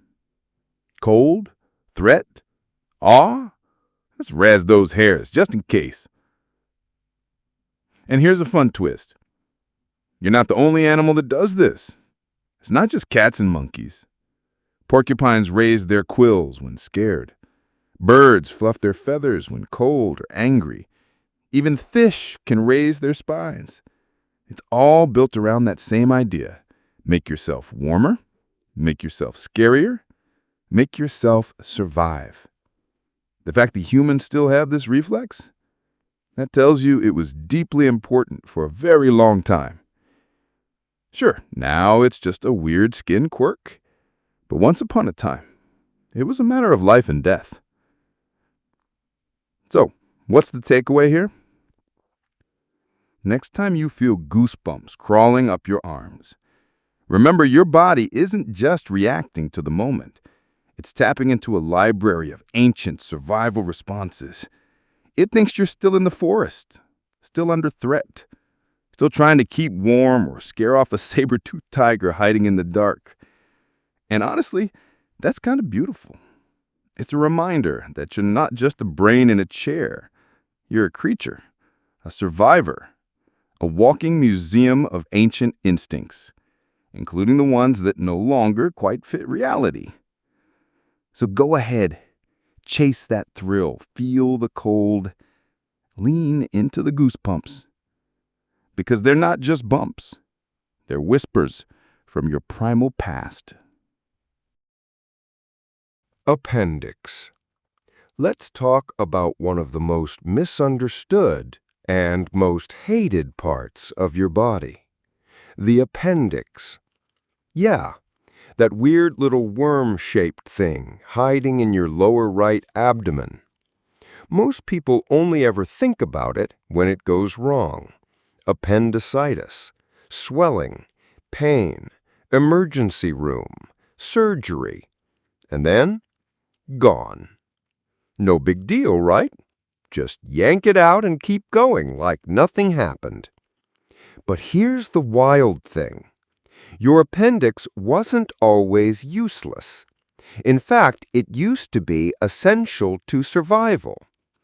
It's just your lifestyle changed, your diet changed, but your body still holding on. Kind of like that one drawer in your house, filled with old cables you haven't used in years, but can't throw away because what if? Let's dig into the ancient story of this tiny organ your body refuses to give up. So first off, what is the appendix?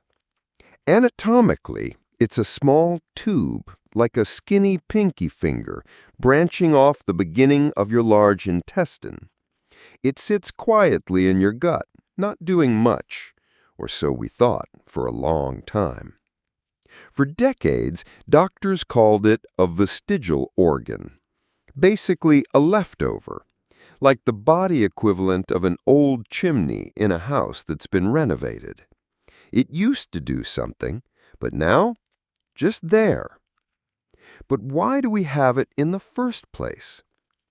To understand that, we need to rewind the human timeline, way back to when our ancestors were foraging in forests, eating raw, fibrous plants all day long. We're talking roots, bark, leaves, stuff that's hard to break down, stuff your modern stomach would throw a fit over. Our ancient digestive systems were built for it. And the appendix? It played a role in helping ferment that tough vegetation. Yeah, your appendix was like a little side chamber, a slow cooker, helping break down cellulose and fiber with the help of gut bacteria. Imagine your gut as an industrial plant. The appendix was a bonus station, giving extra time for rough materials to be processed. Smart, right? So what changed? Cooking happened. Farming happened. Meat eating, too. Over thousands of years, humans started eating softer, more digestible foods. We learned how to use fire to cook plants and meat, breaking down fibers before they even entered our mouths. Suddenly, that extra fermentation chamber, not so useful anymore. It's like having a VHS rewinder in a world of streaming. Once a must-have, now unnecessary. And so, evolution started shrinking it. In modern humans, the appendix is smaller than in other primates or plant-eating animals. But here's the twist. Evolution didn't fully get rid of it. And maybe that's not a mistake. Recent science is starting to rethink the appendix's reputation. Turns out, it might still have some behind-the-scenes roles, not in digestion anymore, but in immune system support. Your appendix is packed with lymphatic tissue, which plays a part in regulating gut bacteria and fighting infections. Even more fascinating, some researchers think it acts like a safe house for good bacteria.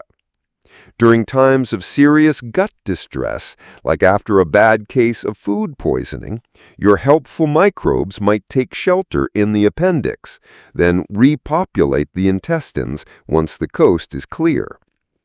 It's like a backup generator for your gut flora. So no, it's not totally useless, just demote it. No longer the star of the show, but not completely off the payroll either. But here's the ironic part. Even though it's kind of a quiet helper now, it still causes chaos when it goes rogue. Appendicitis is no joke. When the appendix gets blocked or inflamed, it can swell up fast. And if it bursts, that can be life-threatening. For something so small, it sure knows how to throw a tantrum. That's why doctors often recommend removing it if there's any risk. No one wants to wait around and see if it explodes. And the weird thing is, you can live just fine without it. No major changes, no huge consequences. You don't even get a discount on your grocery bill. It's just gone. But that brings us to the bigger question. Why is it still there at all? If it can kill you, but you don't need it, wouldn't evolution just scrap the whole thing? Well, not exactly. Evolution doesn't work like a master designer cleaning up a blueprint. It's more like a tinkerer. If something doesn't hurt survival most of the time, it often gets left alone, even if it's no longer super useful. In the grand scheme of things, most people don't get appendicitis, so there's no strong evolutionary pressure to wipe the appendix out entirely. Instead, it just lingers, shrinks, adapts, and in the meantime, it might even offer small bonuses to our immune system, enough to justify keeping it around. So next time you hear someone say, "The appendix is useless," you can hit them with the ancient truth bomb. It's not useless, it's just outdated. A relic from your salad-munching, leaf-digesting ancestors. A souvenir from a time when raw vegetation was your daily grind. And even now, in your fast food, fully cooked, probiotic supplemented lifestyle, your appendix is still in there, quietly doing its thing. Or at least, until it starts hurting. The human body doesn't delete old software. It just hides it in the background. Your appendix is proof.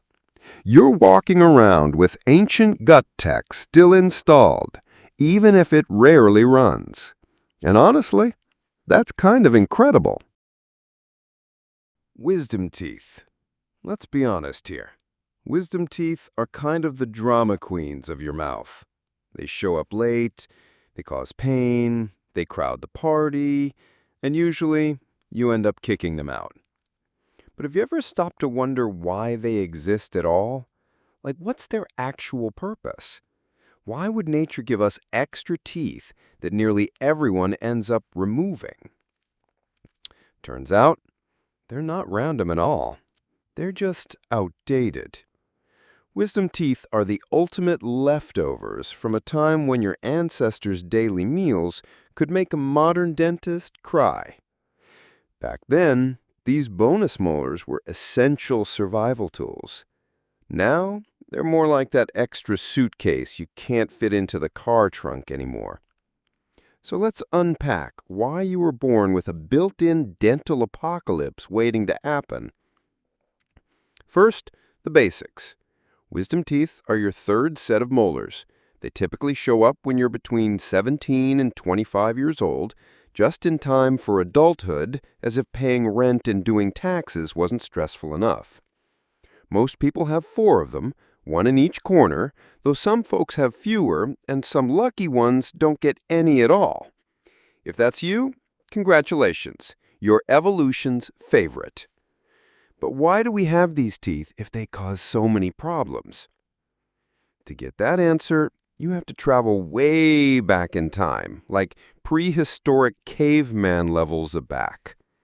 Your ancient ancestors didn't have blenders, air fryers, or soft sandwich bread.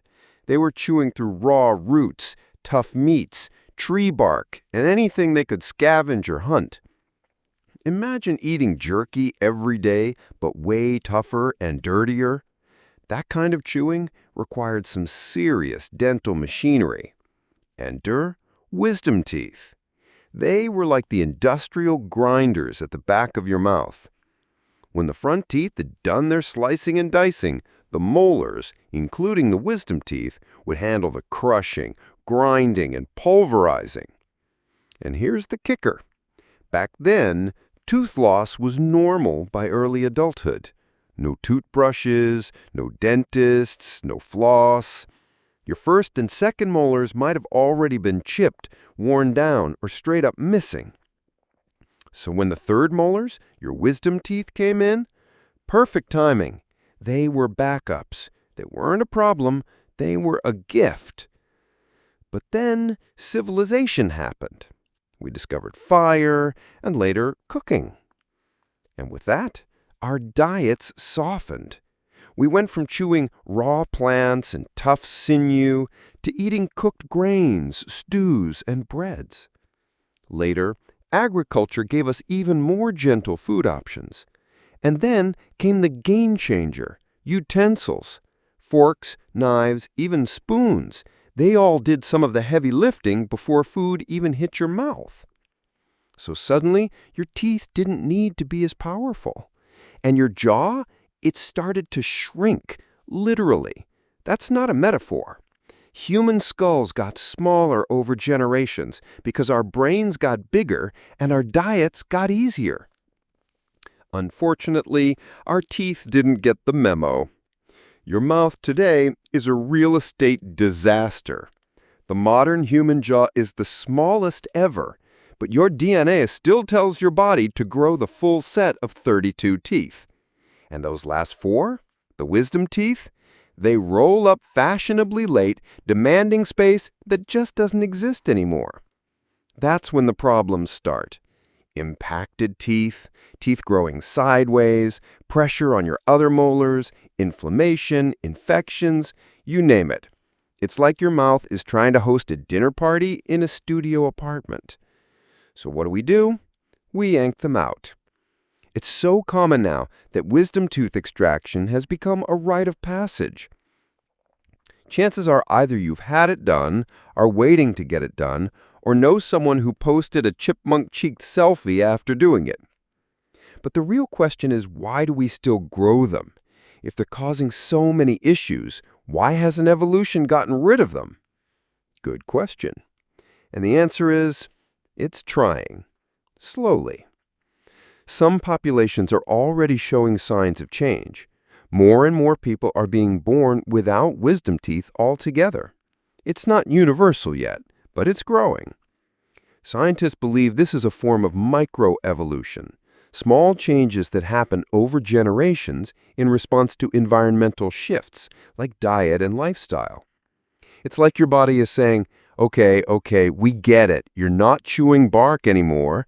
Maybe we don't need the extra molars. But evolution is slow, really slow. And until that change is fully baked in, most of us still have to deal with our ancient chewing equipment cramming into our modern jaws. Now here's a fun twist. Not everyone has trouble with wisdom teeth. Some people's jaws are just big enough to accommodate them. The teeth come in nice and straight, no crowding, no drama. If that's you, count yourself lucky. In fact, in some traditional cultures, especially where the diets still include tougher, more fibrous foods, wisdom teeth don't cause as many problems because the jaw develops differently when it's used more intensely during childhood. Chewing tough food actually promotes stronger jaw growth, which might leave more room for those third molars. So maybe it's not just genetics. Maybe it's also about how you used your jaw while growing up. Kind of makes you rethink all those soft sandwiches and smoothies, huh? So, what's the takeaway here? Your wisdom teeth aren't some cruel biological joke. They had a real, important job back in the day. They were the grinders, the reinforcements, the survival tools for a rough, raw world. But now, they're like tools you don't use anymore, but can't fully get rid of. The stone hammer in your IKEA toolbox. Your body is still remembering the past, still preparing for a life that no longer exists. And that's kind of poetic. Tailbone. Coccyx. Okay, weird question, but have you ever really thought about your butt? No, not like that. I mean the actual bones down there. There's one little bony bump at the very bottom of your spine that probably never crosses your mind unless you've ever fallen really hard on it. Then you definitely noticed it. That little triangle-shaped bone is called the coccyx, or as most people call it, your tailbone. And yeah, the name kind of gives it away. That's your tail. Well, what's left of it, anyway. Believe it or not, you're walking around with a miniature tail tucked into your body. You don't wag it, you don't balance it, you don't swat flies with it. But once upon a time, your ancestors absolutely did. Let's dive into this leftover body part and figure out why you still have a tailbone, even though it doesn't seem to do anything anymore. First, a little anatomy lesson. The tailbone, or coccyx, is made up of 3 to 5 small bones fused together at the very base of your spine. It's kind of like the period at the end of your vertebral sentence. If you ran your hand down your back and kept going past your lower back and past your butt crack, yeah, we're going there, you'd eventually hit the end of your spine. And that's it. That's the coccyx. Now, in modern humans, it doesn't look like much. But if you look at our distant relatives, monkeys, apes, and other mammals, you'll notice something interesting. Most of them have tails. And if you lined up their skeletons, you'd see that their tails start exactly where your coccyx is. That's no coincidence. You don't have a coccyx by accident. You have it because you used to have a tail. Not you specifically, but your ancient ancestors? Oh yeah. Full-on, tail-swinging, tree-climbing primates. The coccyx is just the fossilized stub that evolution never completely deleted. So, what happened? Why did we lose our tails? Well, it all comes down to how we live and how we move. Tails are incredibly useful in the animal kingdom. They're used for balance, like in cats or monkeys leaping through trees, communication, dogs wagging tails, for example, defense. Some animals use them to whip or distract predators. Grabbing. Certain monkeys have prehensile tails they can literally hang from. But humans? Somewhere along the evolutionary road, we stood up. We became bipedal, walking on 2 legs instead of 4. And when that happened, the balance shifted, literally. Suddenly, tails weren't as useful for us anymore. Our center of gravity moved. Our spines adjusted. Our legs became our main support system. We didn't need a tail to balance in trees or signal danger to our group, so evolution started to phase it out. It didn't happen overnight, of course. It took millions of years. But eventually, the long, flexible tail turned into a short, fused bone, your coccyx. Now, you might be thinking, okay, fine, it's a leftover, but does it actually do anything today? And surprisingly, yeah, a little. Even though it's a remnant, your tailbone isn't completely useless. For starters, it's an anchor point. Several muscles, tendons, and ligaments connect to it, especially ones involved in your pelvic floor. That means it plays a small but real role in sitting support, balance while you're seated, muscle control down there, yes, including bowel and bladder stuff. So it's not just some forgotten bone collecting dust at the bottom of your spine. It's still part of the body's big interconnected system. But it's also fragile. Anyone who's ever fallen hard on their tailbone knows exactly what I'm talking about. The pain is no joke. There's not much cushioning between your coccyx and the surface you land on, so it takes the full brunt of a fall, especially on ice, concrete, or wooden floors. And because it's a small, stiff bone, it bruises or fractures pretty easily and takes a while to heal. So yeah, small but mighty, and irritating. Here's where things get even weirder.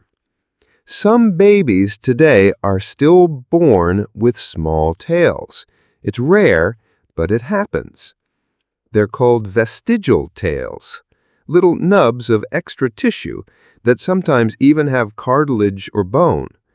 They're usually removed at birth, and they're almost always harmless, but they're a striking reminder of how recent, in evolutionary terms, our tails really disappeared.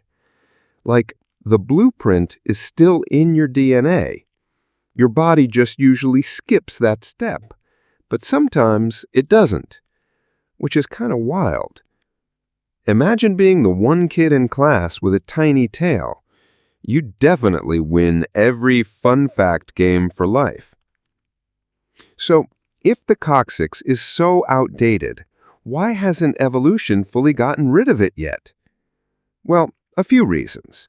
First, it's not doing any harm, at least not enough to be naturally selected out. It's small, it doesn't interfere with survival, and it still helps hold some muscles in place. Second, as we mentioned earlier, it's still technically useful, not essential, but helpful. It's like a coat hook in your house. You don't need it, but it's nice to have. And lastly, evolution works slowly, especially when the trait isn't life-threatening. So instead of wiping the tailbone out completely, evolution just left it there. A little souvenir from your tree-swinging days. What's fascinating is that the coccyx is just one of many body parts like this. Little leftovers, quiet reminders that your body used to do things very differently. And if you start looking closely, you'll notice more of them. Tucked into the corners of your anatomy, whispering stories about your distant past.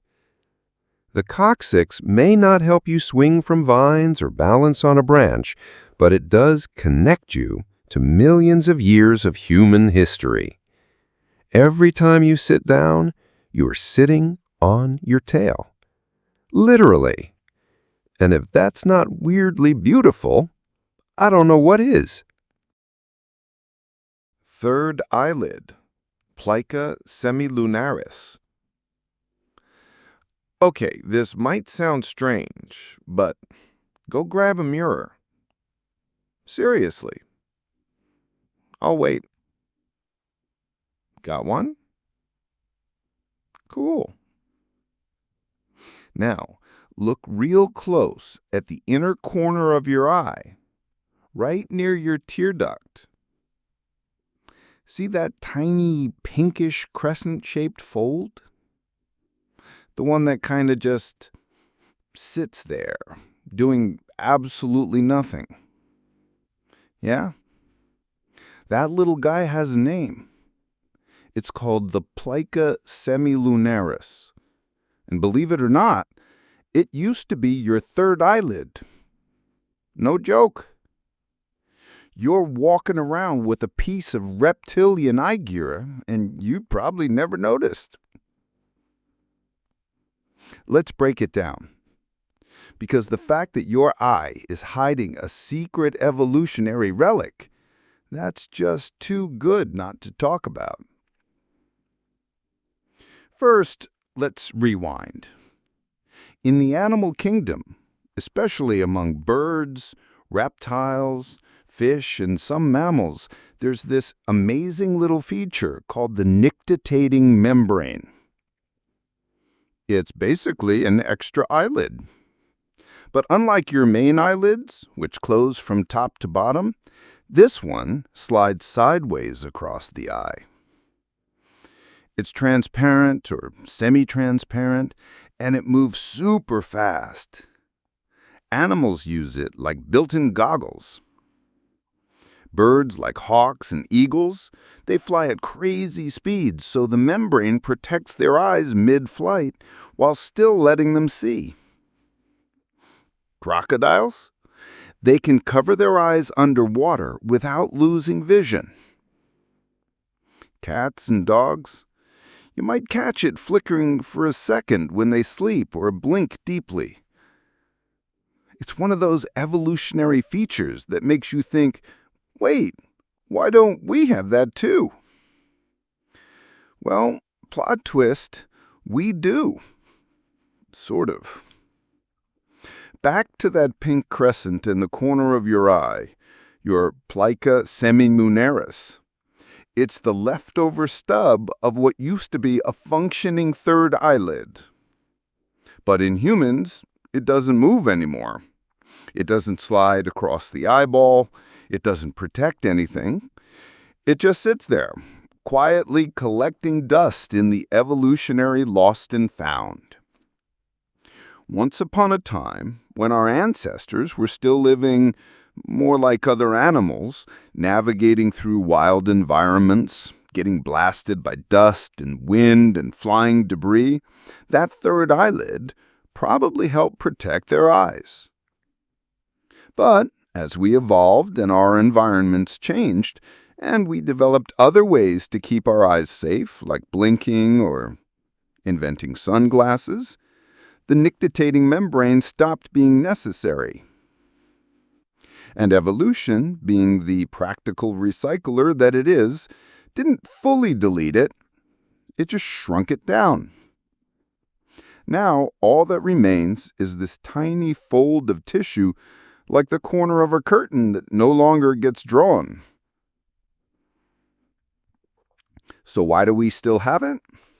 Well, kind of like your appendix or your tailbone.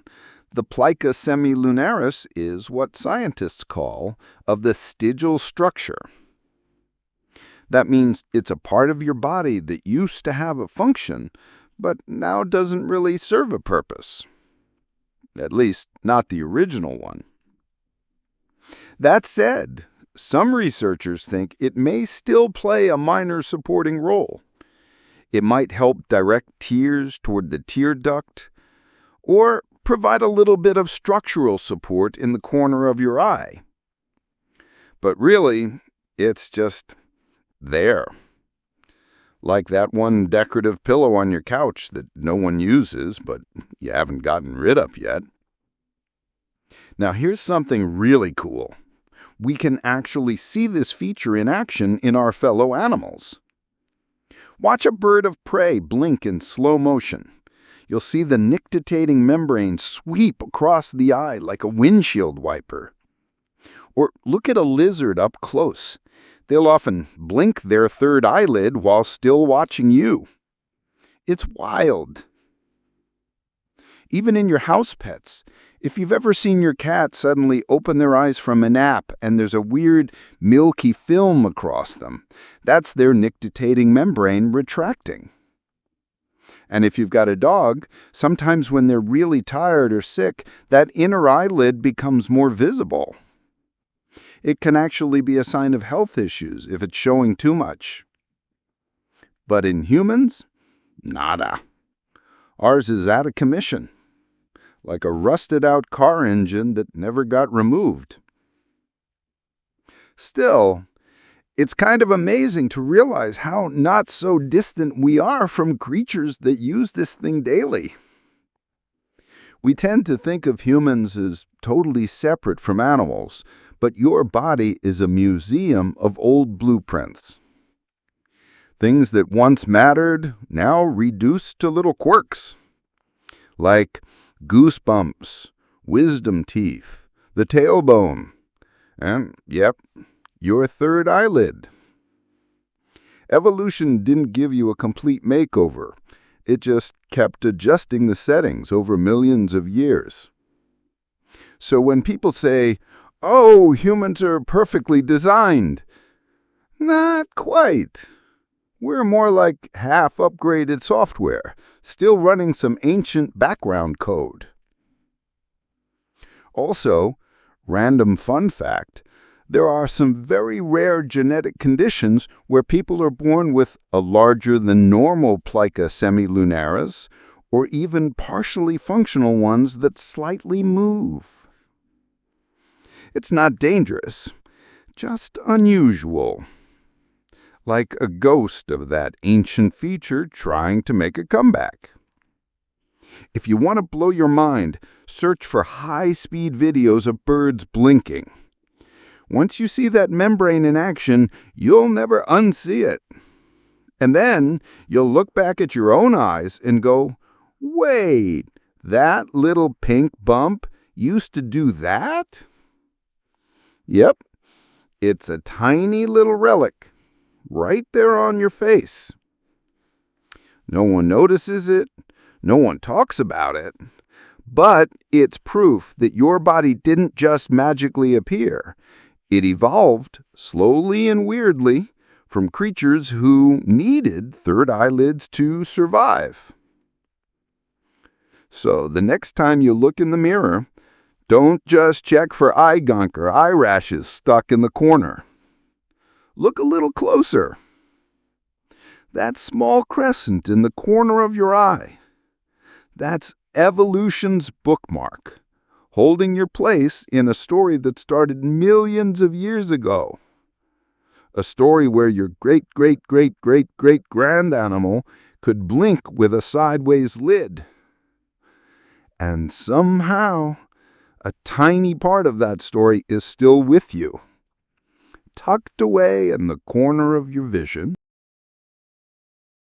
Ear muscles twitching. Okay, let's do a little test. Don't worry, it's painless. Just sit still for a second and try this. Wiggle your ears. Can you do it? Like, actually move them without touching them? Some people can. Most people can't. But even if you can't, your body still tries. And that's the weird part. Right now, you've got little muscles at the top and side of your ears. Muscles that want to move your ears, but don't really succeed anymore. They're like tiny gym bros who keep showing up at the gym even though the equipment is gone. So what gives? Why do we have muscles that don't seem to do anything? And why does your body still twitch them, especially when you hear something sudden? Let's dive into it. First off, let's get nerdy for a second. The muscles in question are called the auricular muscles. Auricular meaning ear-related. There are actually three main ones. Auricularis anterior moves ears forward. Auricularis superior moves them upward.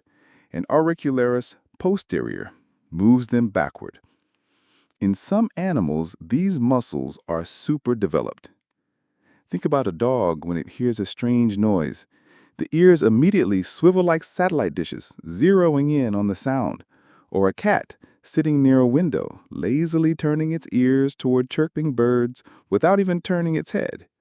That's auricular muscle power, baby. Now compare that to us. We hear a noise, our head turns. Our ears, maybe a small twitch, if anything. And yet, those muscles are still wired and ready to fire. Here's where it gets fascinating. Even though we don't actively control our ear movements anymore, researchers have found that when humans hear a sudden sound, those muscles still react. Like if someone drops a plate behind you, your ear muscles twitch as if they're about to rotate toward the sound. They don't actually move your ears, of course, but they try. It's almost like your brain still thinks you're a woodland creature from 50,000 years ago, and it's shouting, "Get ready to aim those ears. We need to know where the predator's coming from." Except your ears are like, "Sorry, dude, I retired." So why do we still have these muscles at all? Well, it's another classic case of vestigial anatomy. Back in the day, way, way back, our mammalian ancestors probably had much more mobile ears. They lived in forests, deserts, and savannas where sound detection was a literal matter of life and death. Being able to rotate your ears toward a snapping twig or rustling leaves gave you a huge survival edge. You could stay still and quiet and just listen better. It meant you didn't have to move your whole head and risk being seen. Think about that. In a world full of predators, that tiniest bit of stealth could mean the difference between being lunch and staying alive. But as humans evolved, we started relying more on our eyesight and advanced brains than twitchy little ear adjustments. We started walking upright, living in groups, using language, making tools. Our priorities shifted, and slowly, those ear muscles stopped being essential. But, and this is key, evolution isn't about perfection. It's about good enough. So instead of deleting those muscles, evolution just kind of let them be. Now they're like zombie features, still there, still wired to your brain, but functionally useless.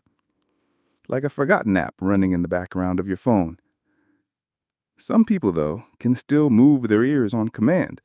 And no, it's not a superpower, it's just muscle control most of us never practiced. There are even tutorials online. You can train yourself to ear wiggle. It's a bit like learning to raise one eyebrow. Awkward at first, but possible. But even those who can move their ears aren't exactly tracking down sounds like a wolf. It's more of a party trick now. Still, the fact that it's possible at all tells us how deeply ingrained these muscles once were in our species. Now, here's where it gets extra interesting. Scientists can measure these twitches. Using sensitive equipment, they've done experiments where participants sit in the lab, hear a sound behind them, and bam, those ear muscles fire up like little radar dishes. They call this reflex the post-auricular muscle response, or PAM. It's automatic.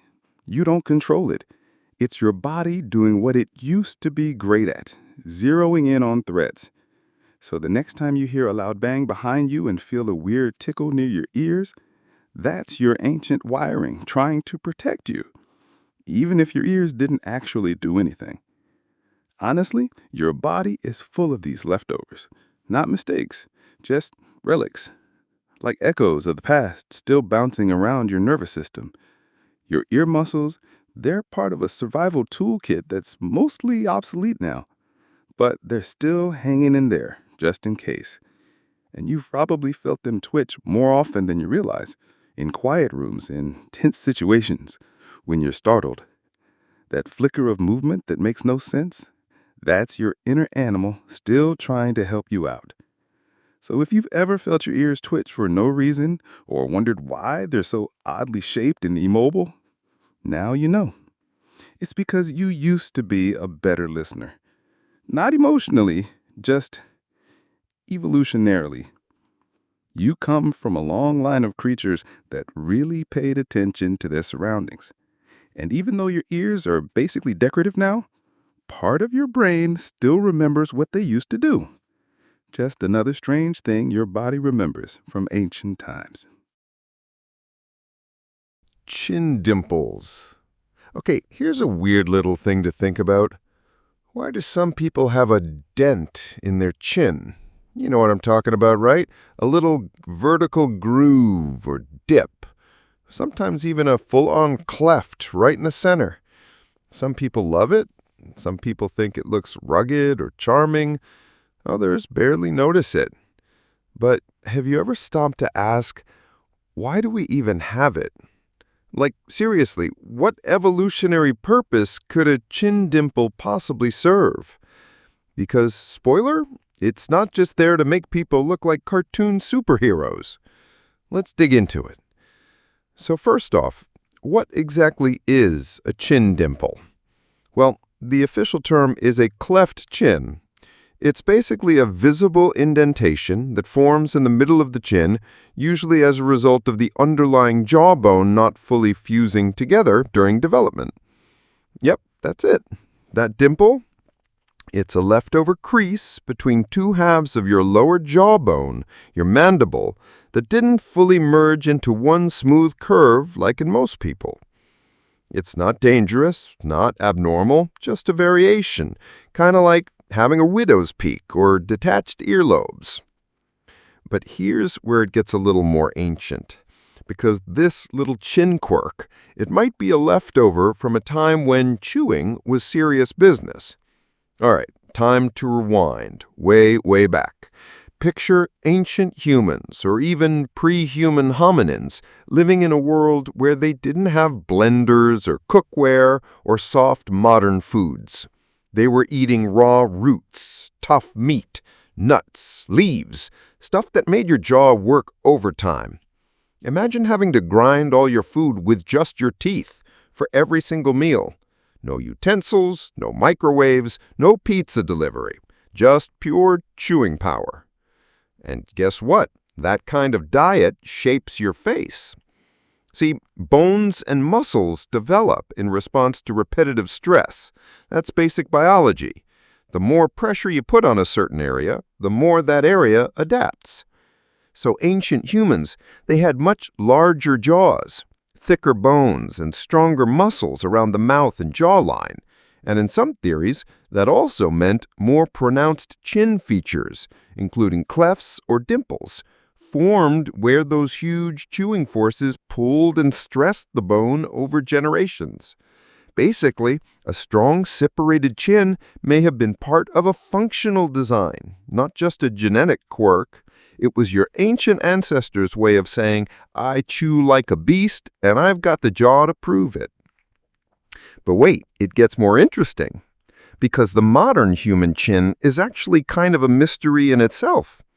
In fact, no other primates have a prominent chin like we do. Go ahead, check out a gorilla, a chimp, or even a Neanderthal skull. Their jaws sort of slope back or go straight down.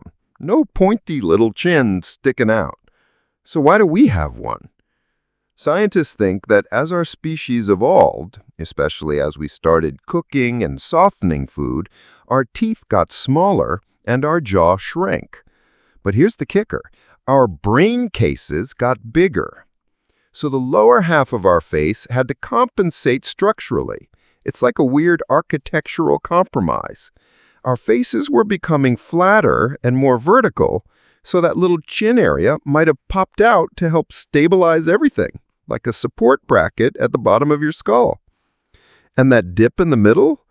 Possibly a byproduct of how those jawbones were adjusting under all that evolutionary pressure. Now, fast forward to today.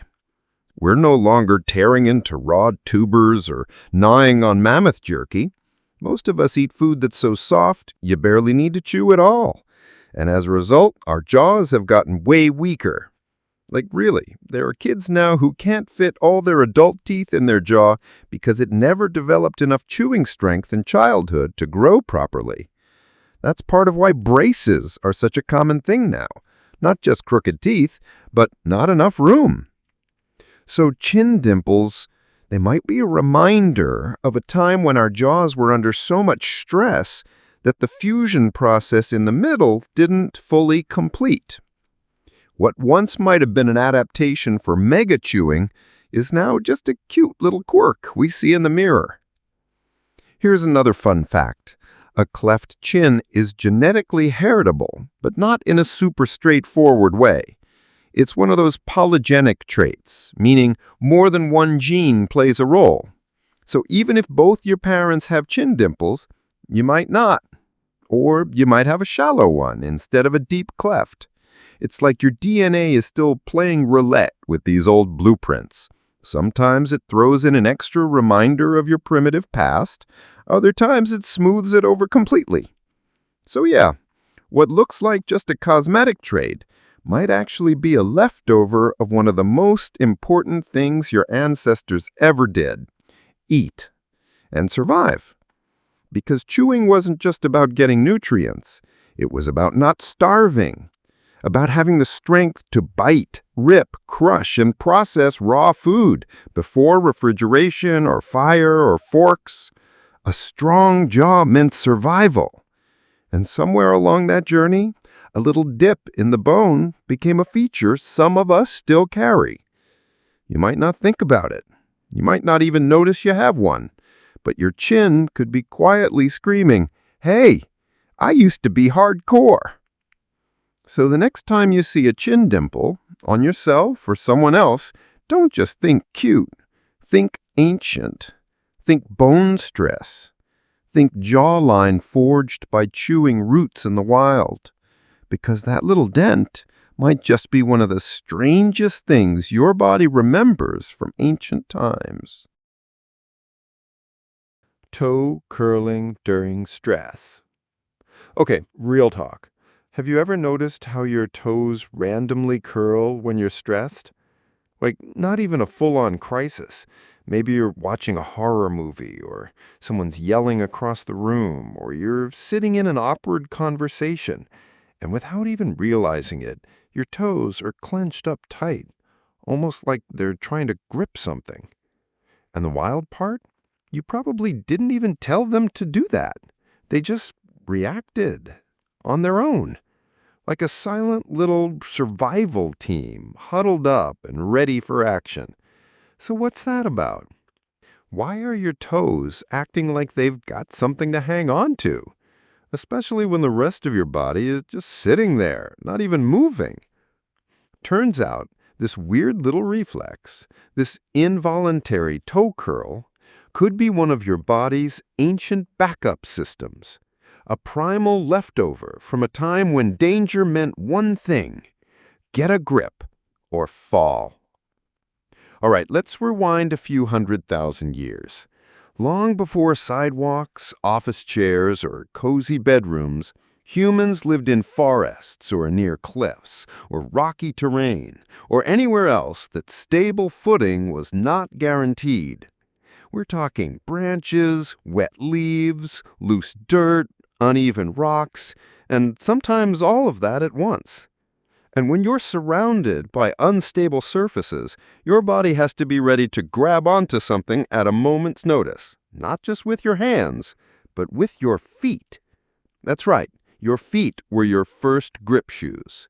Before boots, sneakers, or hiking gear, we had toes. Flexible, strong, highly sensitive toes. Toes that could dig in, grip roots, wrap around narrow tree branches, or stabilize your body on a slanted hill. Because if you slept, there was no ambulance, no second chance. So if your brain even sensed that things were about to go sideways, literally, it prepped the team, and that meant curling the toes. Now here's the crazy part. That same survival logic is still wired into your brain today, even though you're probably not clinging to branches or running barefoot across cliffs. Your nervous system doesn't know you're sitting on a couch in 2025.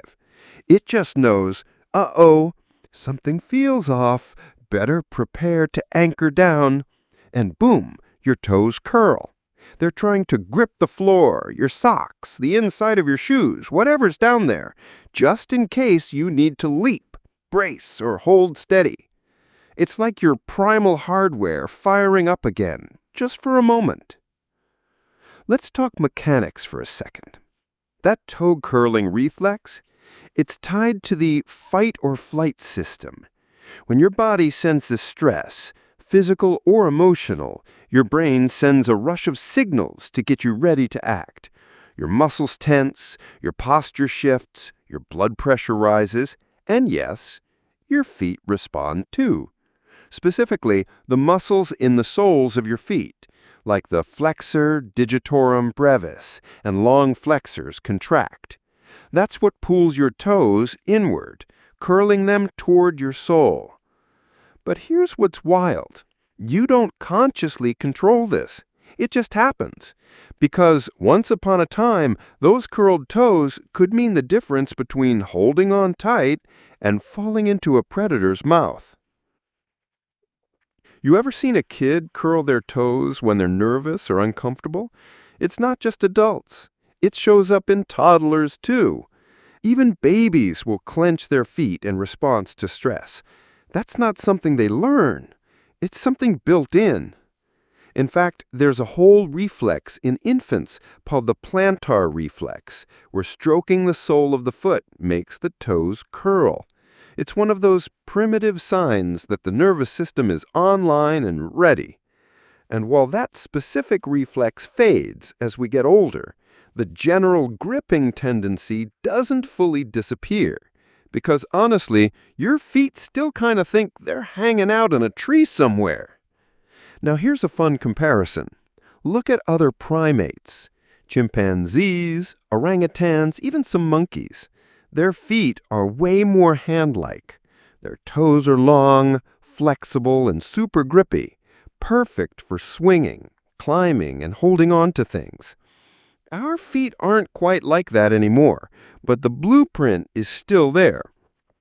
And those curled toes during stress?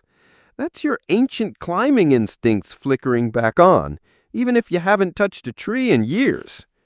Your brain doesn't see the difference between stress from falling off a tree branch and stress from missing a deadline. So it throws the same muscle switch. You get tense, you grip, and your toes curl in just in case you need to grab on. But that's not all. Toe curling can also show up during intense focus. Ever been completely zoned in, like playing a video game, balancing something tricky, or threading a needle, and suddenly you realize your toes are clenched? Same story. Your brain's trying to stabilize you. It's firing off all the old instincts to help you concentrate, stay grounded, and not mess up whatever you're doing.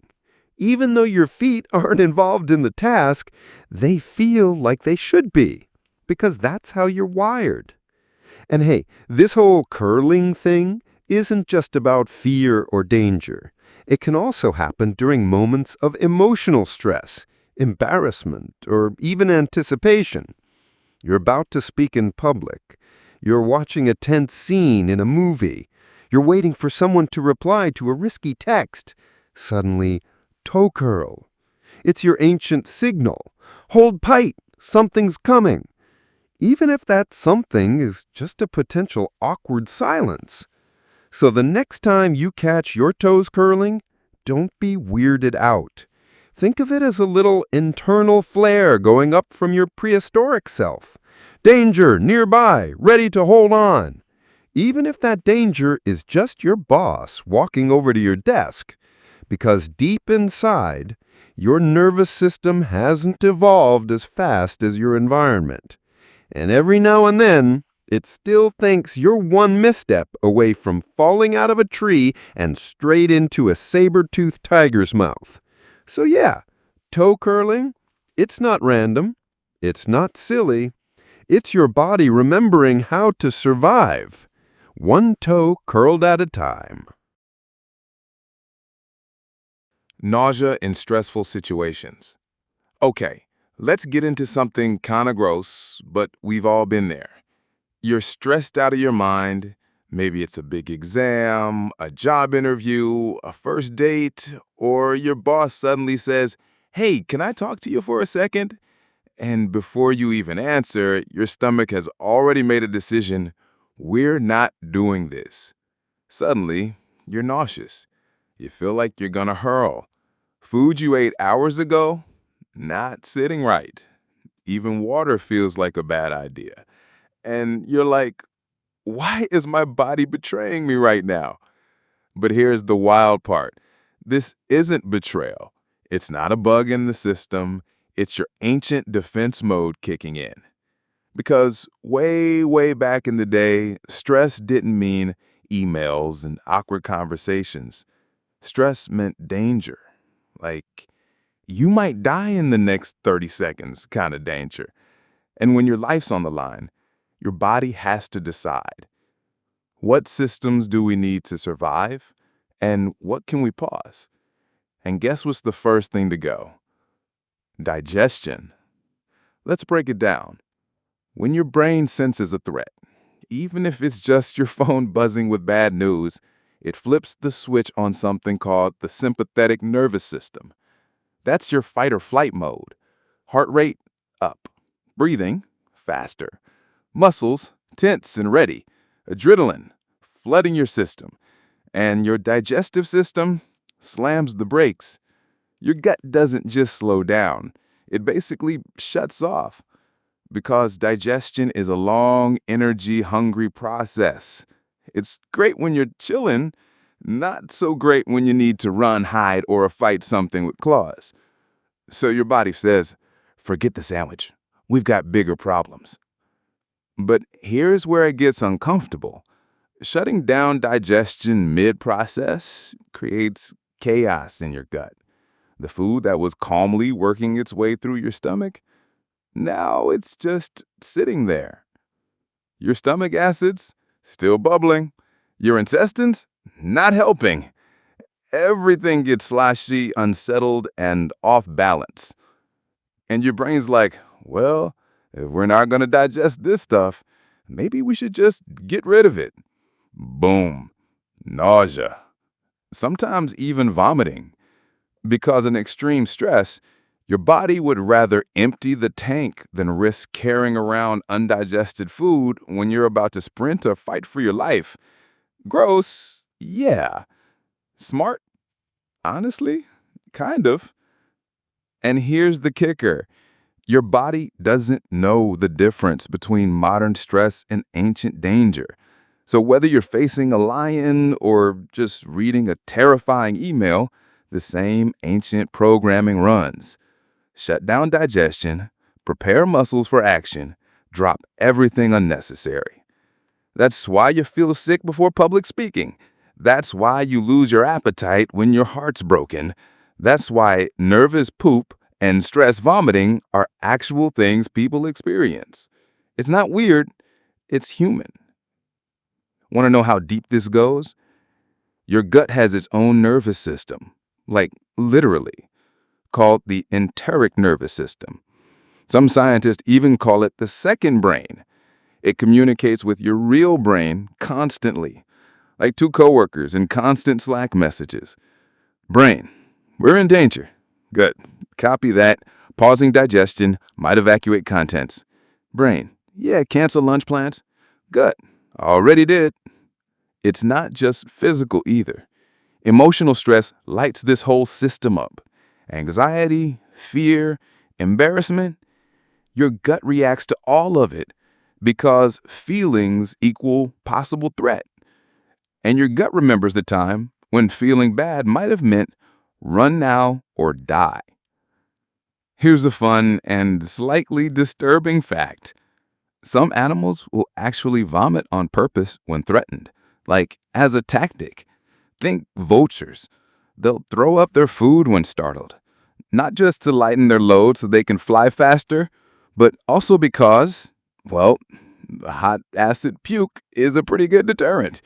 Not saying you should try that in your next stressful meeting, but it goes to show how wired in this response really is.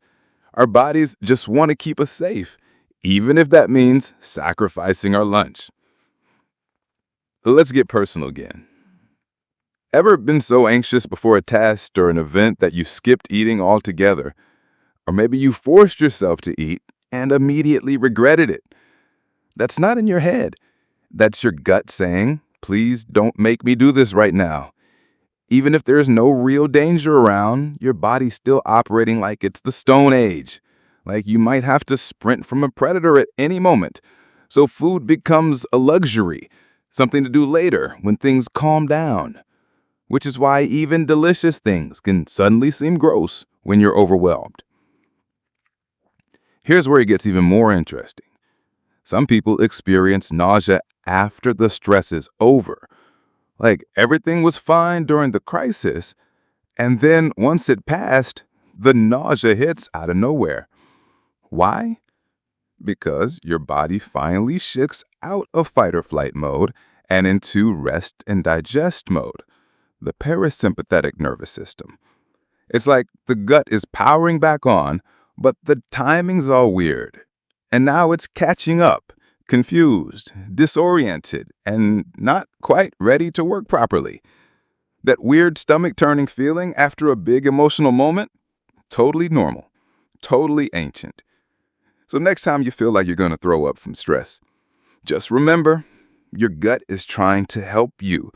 It's not broken, it's not fragile, it's just running an old survival script from a time when stress equaled predators, cliffs, famine, or fights.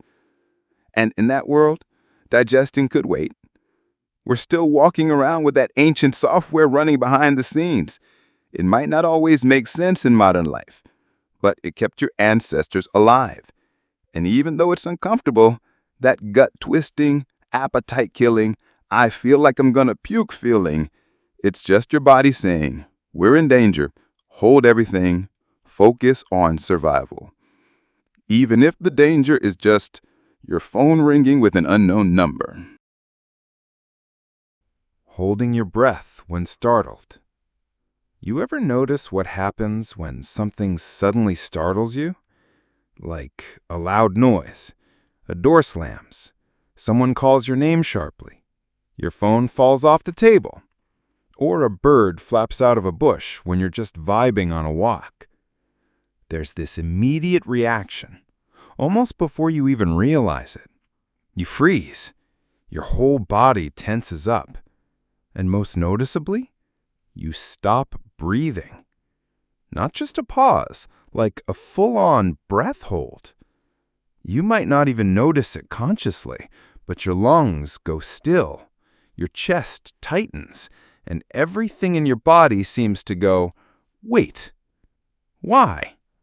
What is that? Why does your body's first reaction to surprise involve not breathing?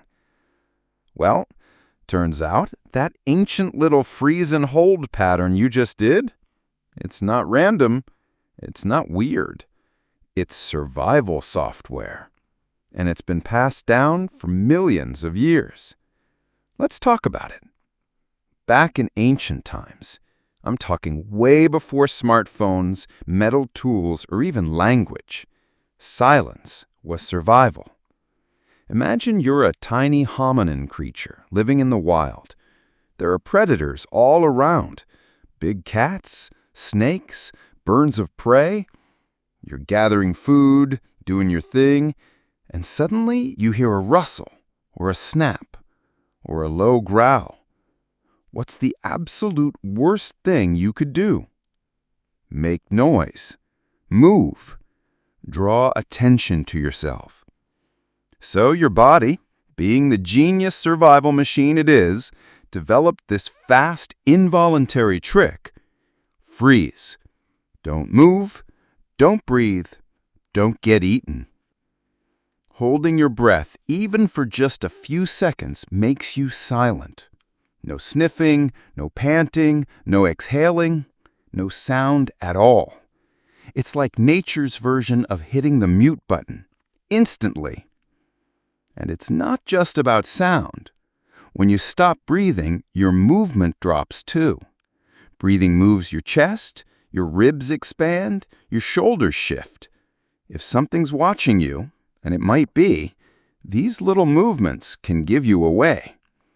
So breath holding makes you more still, more hidden, and less noticeable, especially in dense forests or tall grass, where even a small twitch could be spotted. It's camouflage in motion, or more accurately, camouflage by stillness. This reaction is actually part of a broader biological system known as the startle response. It's super fast, faster than your conscious brain can even process. It includes a sudden muscle contraction, a flinch, eye blinking or head turning, a brief freeze, and yes, holding your breath. It's all meant to give your brain just enough time to, 1, detect if there's a real threat, 2, decide what the heck to do about it. Fight, run, or stay frozen. It's basically the biological version of buffering. And the breath hold is the stillness cue. Your body's way of buying an extra moment while staying as undetectable as possible. Here's the cool part. This reflex is not unique to humans. Lots of animals do it. Think of a deer in the woods. You've seen this. It hears a twig snap, and boom, it freezes. Its chest stops moving, ears perk up. You can practically see the breath hold happen. Even your house cat does this. Ever seen them pause mid-step, ears swiveling, pupils dilated, totally still? They're listening, gathering data, staying undetected. Same with birds, rabbits, even reptiles. It's the ancient universal response to the unknown. Don't breathe, don't move, wait for input. Now, here's something kind of funny.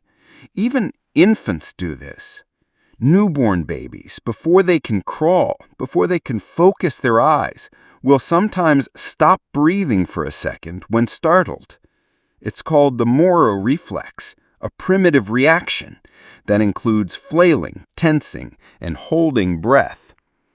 That's wild, right? A baby, fresh out of the womb, already has survival instincts tied to breath control. Why? Because that breath hold response has been baked into the human brain for hundreds of thousands of years. And even though we don't live in forests full of predators anymore, our bodies still remember. Let's get practical for a second. Have you ever held your breath when sneaking past someone? While trying not to laugh at the wrong time? In a tense movie scene? During a scary video game moment? That's your ancient code firing up. It's subtle, but it's real. You don't even think about it. Your body just takes over. You're using the same reflex that helped your ancestors hide from saber-toothed tigers and hyenas. Whether it's a jungle full of danger or an awkward moment in a meeting, your brain doesn't care.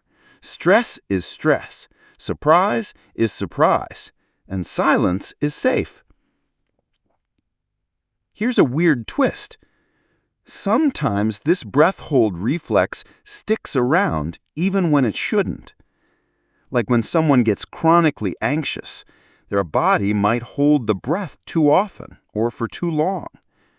This can mess with their breathing patterns, cause chest tightness, or even trigger panic attacks. That's why a lot of therapy techniques, like mindfulness or breath work, focus on retraining your breathing. Because your body's default might be to hold your breath whenever life gets loud. But sometimes you've got to override the primal script.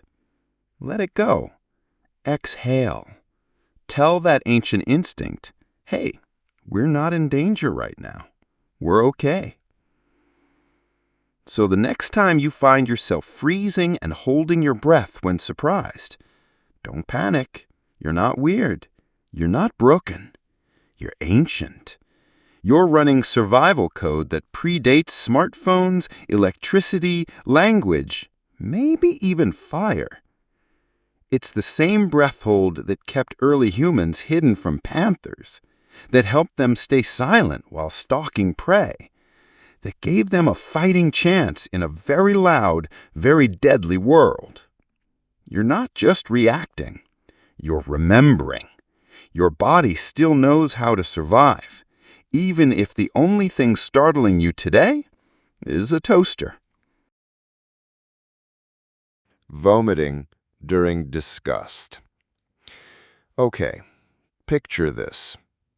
You smell something foul, like next level bad. Not just bad. I mean nauseating. Rotten eggs, a dead animal, spoiled milk that's been sitting in a hot car. Or maybe you see something gross, like a pile of maggots wriggling in old meat, or someone vomiting in a movie, and suddenly your stomach flips. You gag, your mouth floods with saliva, and maybe, just maybe, you vomit. Fun? No. Gross? Absolutely. But also super important. Because that reaction, that ugh, get it out, emergency eject button, that's your ancient survival software firing on all cylinders. Let's break it down. So, vomiting. Yeah, not exactly dinner table conversation. But this reflex is actually one of the oldest and most protective mechanisms in your body. It's like your body's built-in nope button. When something seems dangerous or toxic, whether it's a smell, a taste, or even just a sight, your brain triggers a full-body shutdown of whatever you just ate. Why? Because a long, long time ago, guessing wrong about what to put in your mouth could kill you. Imagine this. You're a human, thousands of years ago. No expiration dates, no Google, no parents yelling, "Don't eat that." Just you, some mystery berries, and a gut instinct. You eat something that's a little off. You don't know it, but it's full of bacteria, or toxic plant chemicals, or maybe it's meat that's gone rancid in the sun. Your body gets one chance to make a choice. Keep it in and risk poisoning, or get it out, fast. So your brain sees the red flags, bad smell, weird taste, slimy texture, moldy appearance, or the sight of someone else getting sick from the same thing. And boom, disgust triggers nausea, nausea triggers vomiting. You survive. That's it. Simple, brutal, effective. Here's the cool part. You don't even need to eat something for the reflex to trigger. Just the idea of danger can be enough. Ever seen something so nasty that it made you gag, even if you weren't touching it? Or heard a gross story that made your stomach churn? That's your brain saying, hey, even if that's not in your body, let's pretend it is, just in case. It's a preemptive strike. Evolution doesn't wait around to be 100% sure. It's like, this is even possibly toxic? Not worth the risk. Get rid of everything now. And just like that, your stomach gets the signal to go in reverse. Now here's where it gets even more ancient. This vomiting reflex isn't just a human thing. Almost every animal with a stomach has some version of it. Dogs do it. Cats do it. Birds, reptiles, and even insects have their own eject mechanisms, ways to purge their systems of toxins. Some species, like rats, can't vomit, and that actually makes them way more cautious about trying new foods. They nibble, wait, and if they feel weird later, they avoid that food forever. That's where food aversion learning comes from. But us? We have the luxury of the barf button. And yeah, it's gross, but it's incredibly effective. Now let's talk about disgust. That weird combo of facial expression, body language, and gut reaction that tells the brain dangerous stuff nearby. Disgust is deeply wired into our brains, like deep, deep. It lives in a part of your brain called the insula, which helps process emotions, bodily sensations, and social behaviors. When you feel disgust, like real visceral disgust, your body starts prepping for action. You salivate, strangely part of getting ready to throw up. Your stomach tightens, your heart rate might drop for a second, and the nausea builds fast. It's not subtle. It's not logical. It's emotional survival. And guess what? That response evolved mainly to protect us from eating the wrong stuff. Rotten food, feces, mold, infected wounds, corpses, parasites, basically anything that could carry disease or kill you. So yeah, disgust is an early warning system, and vomiting is the last resort backup plan. But here's something really interesting. You can be disgusted by things that have nothing to do with food, like a creepy vibe from a stranger, unclean environments, social betrayal, cruelty, moral violations, and you might still feel nauseous in those moments. That's because our brains have started using the same biological hardware, the vomit reflex, as a warning system for more than just physical toxins. It's like bad person, danger. Disgusting act, danger. Corruption, lies, injustice, emotional poison. Your brain doesn't really distinguish between types of danger. It just knows, get it out, avoid, protect. One more thing. Ever wonder why watching someone else puke can make you feel like puking too? That's no coincidence. It's called sympathetic vomiting, and it's likely an ancient group survival trait. Let's say you're in a tribe. Someone eats a weird mushroom and starts vomiting violently. Everyone else sees it, and their bodies go, "Uh-oh, we might have eaten that too. Better purge now before it's too late." So one person barfs, then two, then five, and yeah, it's gross, but guess what? They just increased their chances of surviving a bad batch of food. That shared vomit reflex, it might have saved lives. And today, it just ruins road trips. So yeah, vomiting during disgust is not just your stomach overreacting. It's your body following an ancient blueprint designed to keep you alive in a world full of invisible threats. Before we had doctors or germ theory or Pepto-Bismol, we had this, a full-body nope, a fast track from mouth to ground. A system built not for comfort, but for survival. Your ancestors pugged their way through danger so you could gag at TikToks in peace. Yawning as a group behavior. Did you just yawn when you read the word yawn? No judgment. It happens to almost everyone. You think about yawning, you talk about yawning, you see someone yawn, and bam, suddenly you're doing it too. Wide mouth, deep inhale, stretching your jaw like a sleepy lion. But here's the thing. Why? Why is yawning so contagious? Why can you catch it like it's a cold? And most importantly, what the heck was the point of this in the first place? Well, surprise. Your body didn't invent this just to make you look rude in meetings. Yawning actually goes way, way back. We're talking prehistoric, deep-time stuff. And it may have played a big role in keeping early humans alive. Let's break this down. First off, what is yawning physically? A yawn is this weird, complex mix of movements.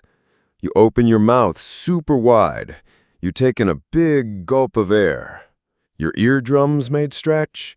Your eyes might water. Your shoulders rise.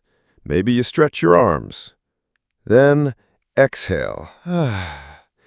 It looks like a lazy sigh, but it's actually your brain and body doing a hard reset. We used to think yawning was just about getting more oxygen, especially when you're tired or bored. Like, oh, my brain's running low, better suck in some air. But now, science is showing it might actually be more about cooling your brain. Yeah, literally cooling it down. Like sticking a laptop in front of a fan. When your brain's overheated from stress, lack of sleep, or long periods of focus, a yawn might help regulate the temperature, wake things up, and keep you alert. But that's not even the coolest part. Here's where it gets ancient. Yawning isn't just something you do solo. It's social. It's contagious. Think about it. One person yawns, then another, then another. Even if nobody's tired, even if nobody's bored, Even if you try not to, your jaw starts twitching anyway. And this reflex? It shows up in humans, chimpanzees, dogs, baboons, birds, lions, wolves, and a bunch of other animals. So what gives?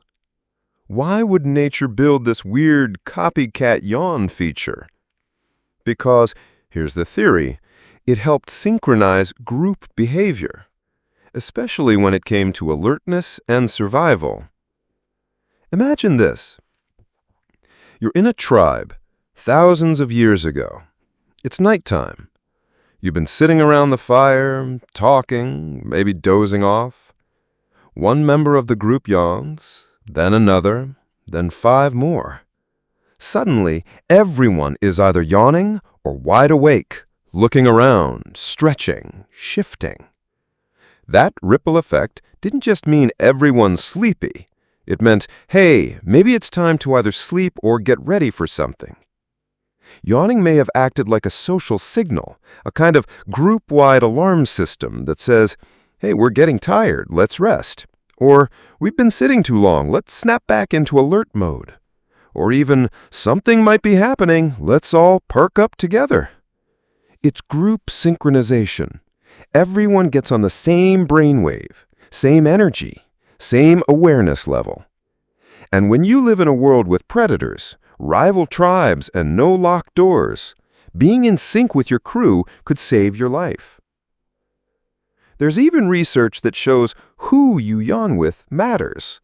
You're more likely to catch a yawn from friends, family, people you emotionally bond with, but way less likely to yawn after strangers or people you don't care about. So this isn't just a reflex, it's a social bonding tool. It's like your brain is checking, are we still on the same team? Still connected? Still watching each other's cues? Yawning, then, isn't lazy or pointless. It's ancient empathy in action. Your nervous system is literally syncing up with someone else's, involuntarily, silently, in the background. And get this, even thinking about yawning or reading the word, like you just did, can trigger it. That's because the yawn reflex is wired into your mirror neuron system, the part of your brain that activates when you see someone doing something and feel compelled to imitate it. Same system that helps babies mimic facial expressions. Same system that makes you wince when someone else gets hurt. Same system that makes you smile when someone else laughs. It's one of the reasons humans are so emotionally contagious. We copy each other automatically because long ago, copying each other made us stronger, safer, and more united. So yeah, even silent yawning might have once been part of your tribe's nonverbal survival toolkit. Now here's where things get kind of weird. Yawning doesn't just help synchronize sleepy behavior. It might also prepare the body for changes in state, like going from rest to activity, or from distracted to focused. That's why you sometimes yawn before taking a test, before public speaking, before a big competition. It's not because you're tired, it's your brain doing a quick internal reset, kind of like rebooting before something important. So back in the day, your ancestors might have yawned before a hunt, or before standing guard, or before migrating. And if one person did it, the whole group probably joined in. Instant coordination. No words, just yawns. Okay, but what about animals? Turns out, even they use yawning for group cues. Wolves yawn together before a group hunt. Primates yawn when they're nervous or trying to calm the group. Birds do synchronized yawning when environmental stress rises. And yes, dogs can catch yawns from humans. That's wild, right? If your dog yawns after you do, that might not just be cute. It could be evidence that they're deeply attuned to your emotional state, and maybe even empathizing. Which makes sense, considering dogs have evolved to be extremely social animals that depend on us for survival. Your body language becomes their signal. So, next time you feel a yawn creeping up, don't fight it. Let it happen. Stretch, breathe, reset. And if someone else yawns after you, well, congratulations. You just synchronized with another human, just like your ancestors did, sitting under the stars, surrounded by shadows, scanning the woods, trying to decide whether it was time to sleep or time to stay sharp. No smartphones, no clocks, no alarms, just one yawn at a time. Fever response. Let's talk about something nobody enjoys, but everybody's experienced. Fever. You know the drill. Your body suddenly decides it's time to set itself on fire from the inside out. You're sweating 1 minute, freezing the next. Blankets off, blankets on, ice pack, no ice pack. You're shivering, your face is glowing red, and your brain feels like it's swimming in hot soup. Yeah, super fun. But here's the question. Why does your body do that? Why, when you're already feeling like trash, does it turn up the thermostat and basically roast you alive? It might seem like a glitch, but it's actually one of the oldest survival tricks in your evolutionary playbook. Because, believe it or not, your fever is on purpose. It's your body's way of cooking the enemy. Let's zoom way back. Long before you had access to Tylenol or cold compresses or comfy beds, early humans and even pre-humans had to deal with infections out in the wild. No medicine, no sterile tools, no antibiotics. If you caught something nasty, you didn't have much time. And back then, something as simple as a scratch or a bad piece of meat could bring in bacteria, parasites, or viruses that wanted to move in and multiply. So your body evolved a defense system that's still around today. Not just a wall or a weapon, but an oven. When your immune system detects an intruder, it sends out a signal that tells the brain, raise the heat. Literally. You start warming up, not because the germ wants it, but because you're trying to kill it. Here's how it works. Your brain has a little thermostat area, the hypothalamus. Normally, it keeps your internal body temp around 98.6 degrees Fahrenheit or 37 degrees Celsius. That's your home base. But when your immune system senses trouble, like bacteria or a virus sneaking in, it tells the hypothalamus, hey, bump that up a bit. So your body gets the memo and starts acting like a preheated oven. You start shivering to make heat, drawing blood away from your skin so you feel cold, burning extra energy to keep cooking. What's wild is your actual temperature might only go up by a couple degrees, but to the invaders, that's like being tossed into a sauna they can't survive. A lot of harmful microbes, especially bacteria, don't like heat. It messes with their proteins, slows their reproduction, and in many cases straight up kills them. So by spiking a fever, your body's saying, if I get a little uncomfortable, but the enemy dies, worth it. And this isn't just a human thing. Almost every animal on Earth has some version of this. Lizards will crawl into the sun when they're sick to raise their body temp on purpose. Birds puff up and sit still, absorbing heat. Even fish have been seen swimming to warmer water when they're fighting infection. It's like a global strategy. Get hot, burn out the bad guys. So yeah, that time your grandma told you to sweat it out, turns out her body and yours has known that move for thousands of generations. Now here's something cool. Well, actually, hot. Fever also boosts your own immune response. Yep, the heat isn't just for killing microbes. It actually activates your defense team.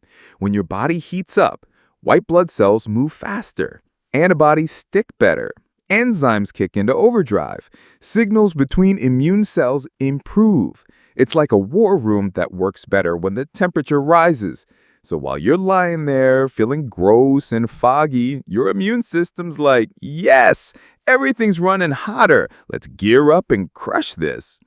That's kind of badass when you think about it. Of course, there's a catch.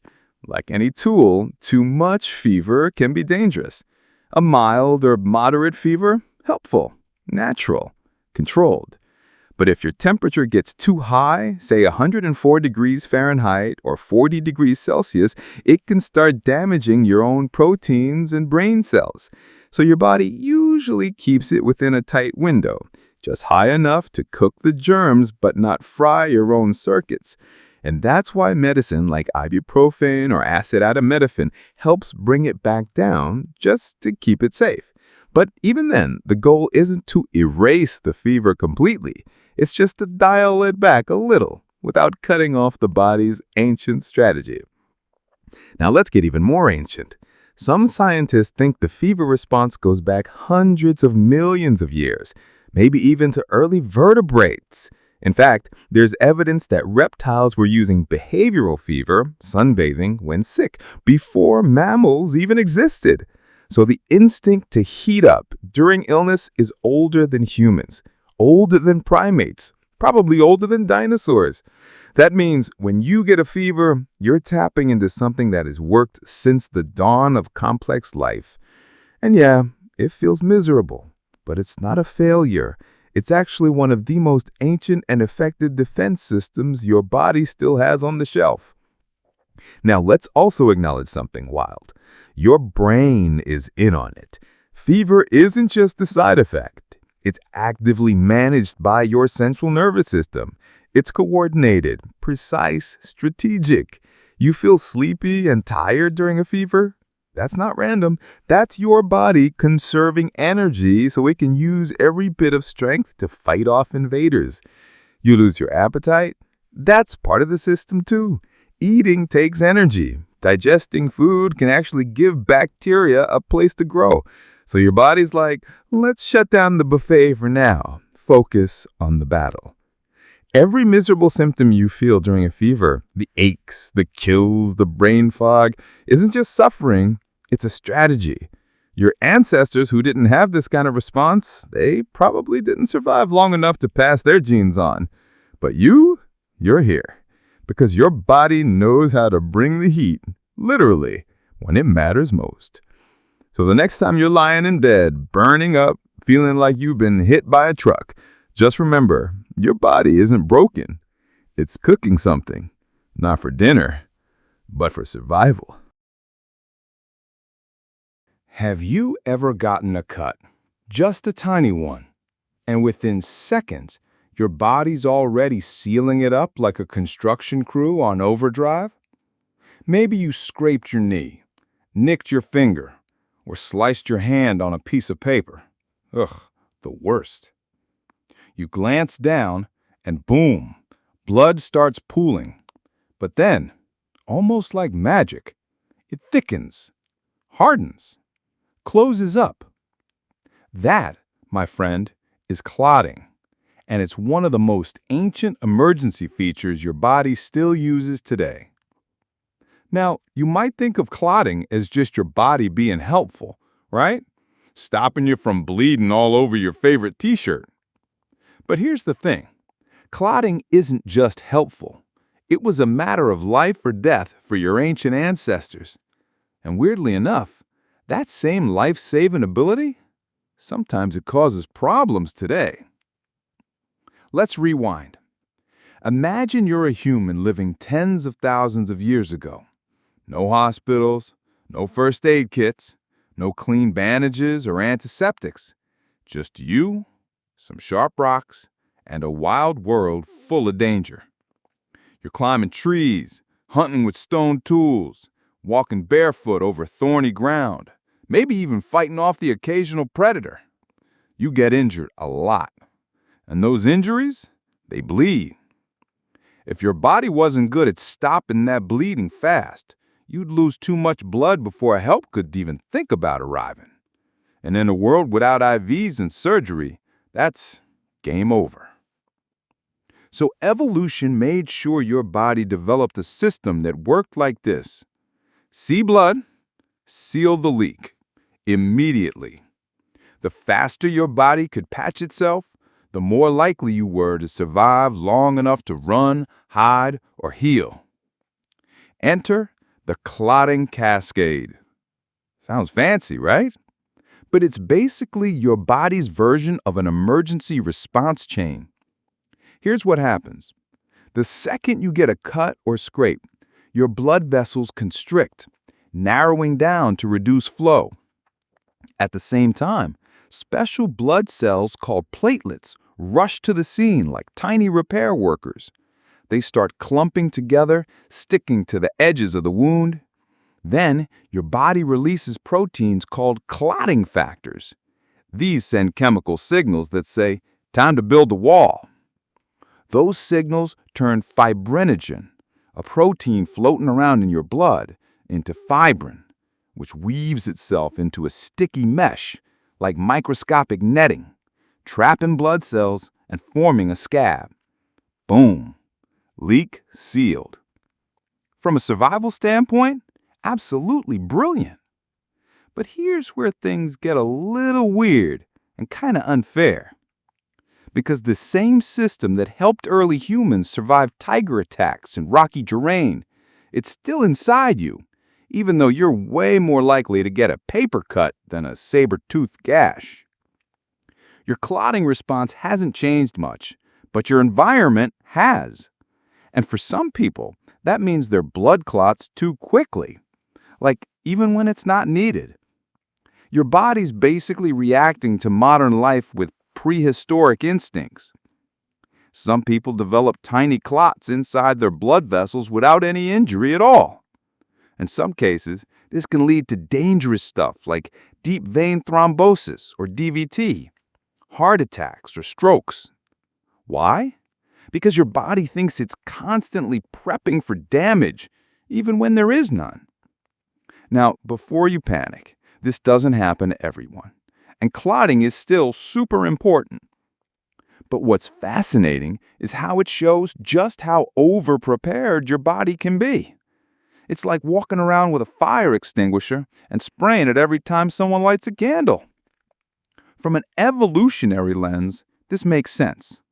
Our ancestors lived in brutal conditions. Sharp rocks, constant movement, no shoes, wild animals, zero hygiene. A single cut could get infected, hemorrhage, or lead to sepsis. So your body was trained to respond instantly and overcorrect. If the choice was between a slight chance of clotting too much or bleeding out from a foot wound 10 miles from the cave, evolution chose door one. Here's something cool. Certain populations, like people with African or Middle Eastern ancestry, have been found to clot faster on average than others. And researchers believe that's not random. It may be an adaptation to ancestral environments where people lived in rougher terrains or faced more physical injury. The body learned better safe than sorry. But in today's world, where we sit for long periods, fly on airplanes, and live more sedentary lives, that same quick clotting response can backfire. Long plane ride plus genetically fast clotting blood equals risk of blood clots in your legs. See how that ancient survival skill doesn't always match the modern setting? Even your body's ability to form scabs quickly, that's part of this same system. You know how satisfying it is to see a scab forming over a cut, right? It means healing is on the way. But scabs are actually clots with a crusty top coat. Inside that scab, fibrin nets, platelets, red blood cells, all trapped and sealed like a tiny ancient bandage. And that's why, if you pick at it, come on, we all do, you start bleeding again because you just ripped open your body's emergency patch job. We're talking millions of years of evolution trying to protect you, and you're like, it's itchy, let's mess with it. What's even more fascinating is that this whole system starts working from the moment you're born. Newborns have clotting mechanisms already ready to go. Why? Because ancient births were dangerous. There were no sanitized hospitals or C-sections on standby. Childbirth was raw, risky, and often bloody. Both baby and mother needed to be able to clot fast to survive. So yeah, your clotting instincts, they kick in before you even know what's happening. We also see this in animals. Ever watched a dog or a cat get a small cut? They lick it, sure, but within minutes, their blood starts thickening and closing up the wound. Same system, same ancient response. Birds, reptiles, mammals, this kind of clotting response is everywhere in nature, because the moment blood leaves the body, it's an invitation to infection, to predators, to danger. So the faster you close the door, the better your chances of survival. Now, we do have modern ways to work with this system. Blood thinners, clotting disorder tests, artificial clotting agents, and surgery. Those are all medical advancements that help balance what nature built. But at the core of it, you're still walking around with a prehistoric repair crew in your bloodstream. They don't care if you live in a high-rise apartment or use soft kitchen sponges. To them, you're still sprinting through the savannah with a sharp stick and a cut on your leg, and they've got one job: seal the wound, save the human. So the next time you get a tiny scrape and you see that blood start to thicken up almost instantly, just smile, because you're witnessing a survival response that's older than cities, older than farming, maybe even older than fire. Your body still remembers. It's still patching you up like it's 20,000 BC. And honestly, that's kind of amazing. All right, let's talk about something kind of weird that you've probably experienced. You're doing your makeup, grooming your brows, or just giving them a little pluck, and suddenly you sneeze out of nowhere. Like one tug on a tiny hair above your eye, and achoo! Your nose is like, whoa there, something's happening. Or maybe it's not tweezing. Maybe you just step outside on a sunny day and boom, bright light hits your eyes and achoo! You're sneezing again. What's up with that? Why yanking tiny eyebrow hair or simply seeing the sun trigger the same intense nose explosion as, say, a face full of pepper?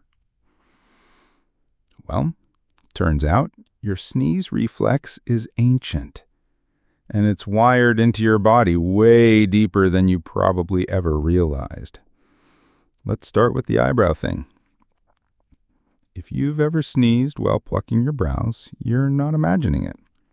It's a real phenomenon. So real, it's actually been studied. And it all comes down to one very busy nerve in your face, the trigeminal nerve. The trigeminal nerve is like the grand central station of your face. It branches all over, from your jaw to your cheeks, your sinuses, even your forehead and scalp. So when you pluck an eyebrow hair, that little pinch sends a signal down the nerve. But your brain doesn't always read those signals perfectly. Sometimes it's like, was that pain? Was that danger? Was that dust in the nose? So instead of just registering, ouch, your brain reacts with a reflexive sneeze, just in case, just to be safe. It's the biological equivalent of better out than in. But this kind of miscommunication isn't really a flaw. It's actually part of how our nervous system evolved to protect us. Remember, for most of human history, your face was under constant threat. Dirt, bugs, spores, sharp branches, all kinds of things constantly flied at you while hunting, climbing, or gathering food. Your face had to be incredibly sensitive and incredibly fast to react. The trigeminal nerve evolved to detect and respond instantly to facial stimuli, even if that meant overreacting sometimes, because the one time it underreacted, that could mean infection, injury, or even death. So, sneezing, whether from the nose, eyes, or even an eyebrow, is like your body's ancient fire alarm. Loud, sudden, and kind of annoying, but meant to save you. Now let's talk about how the sun sneezes. Ever walk out of a dark building into bright sunlight and immediately start sneezing like crazy? You're not alone. This is called the photic sneeze reflex. Yes, it has a name. And yes, it's more common than you think. Roughly 18 to 35% of people experience this reflex. It even has a fancier name, HU. And no, that's not a joke. It stands for autosomal dominant compelling helio-ophthalmic outburst. What causes it? Again, it's that trigeminal nerve playing tricks. Here's what scientists think is happening. When bright light hits your retinas, it sends a signal through your optic nerve to your brain. Right next to that optic nerve, you guessed it, your trusty trigeminal nerve. Sometimes the wires get crossed. The brain misinterprets the sudden light signal as facial irritation, and boom, sneeze city. It's like your nervous system circuits are too close together, and they short circuit for a second. But again, there's an evolutionary reason this might have stuck around. In ancient times, rapid eye and nose responses to sudden environmental changes were helpful. Think about it. Bright light might have meant you stepped out of a cave into dust, wind, pollen, danger. A sudden sneeze? That cleared your airways before any particles could settle in. Even blinking in bright light helps lubricate your eyes and protect them from dryness or debris. So the sneeze is just another part of the get ready to face the wild package your body came with. What's even more interesting is that the photic sneeze reflex is genetic. If your mom or dad sneezes in the sun, you probably do too. And while it doesn't serve much of a purpose today, it hasn't been selected against either. It's not harmful, it doesn't affect reproduction or survival in modern environments, so evolution just left it alone. You're basically walking around with this leftover circuit, passed down like an old family heirloom. Here, child, have a weird sneeze quirk. That's tradition. Some people also sneeze when they eat mints, or when they have a sudden emotional reaction, or after sex. Yep, that's a thing too. All of these are lightly tied to the same overlapping nerve signals in your face and skull. Your trigeminal nerve is the MVP of weird reflexes. And because our ancestors evolved in environments where fast responses meant survival, your body's quick trigger sneeze is just another pre-installed safety measure. But here's the kicker. The sneeze reflex, no matter what causes it, is still your body's fastest, most violent action. A sneeze can launch air and everything in it at over 100 miles per hour. It activates multiple muscle groups. It shuts your eyes, tightens your throat, compresses your lungs, contracts your diaphragm, all at once. And all because your body senses something that might not even be there. It's like setting off fireworks just because a fly landed nearby. But for ancient humans, that kind of dramatic overreaction might have kept you alive. So, next time you sneeze while plucking your eyebrows, or you step into sunlight and let out a triple sneeze combo, don't laugh it off. Well, okay. do laugh. But also remember, you're experiencing a survival reflex passed down through countless generations, a direct line to ancestors who dodged pollen, sandstorms, and cave dust, all thanks to that violent nasal blast. You are, in that moment, living proof that evolution doesn't just remember the big stuff. It remembers the tiny twitches, misfires, and nervous hiccups, too. Your sneeze is ancient and just maybe a little heroic. Sweating under pressure. Okay, let's set the scene. You're in a high-stress moment. Maybe you're about to speak in front of a crowd, or your boss just called you into their office. Your heart is racing. Your thoughts are spiraling. And then you feel it, the sweat.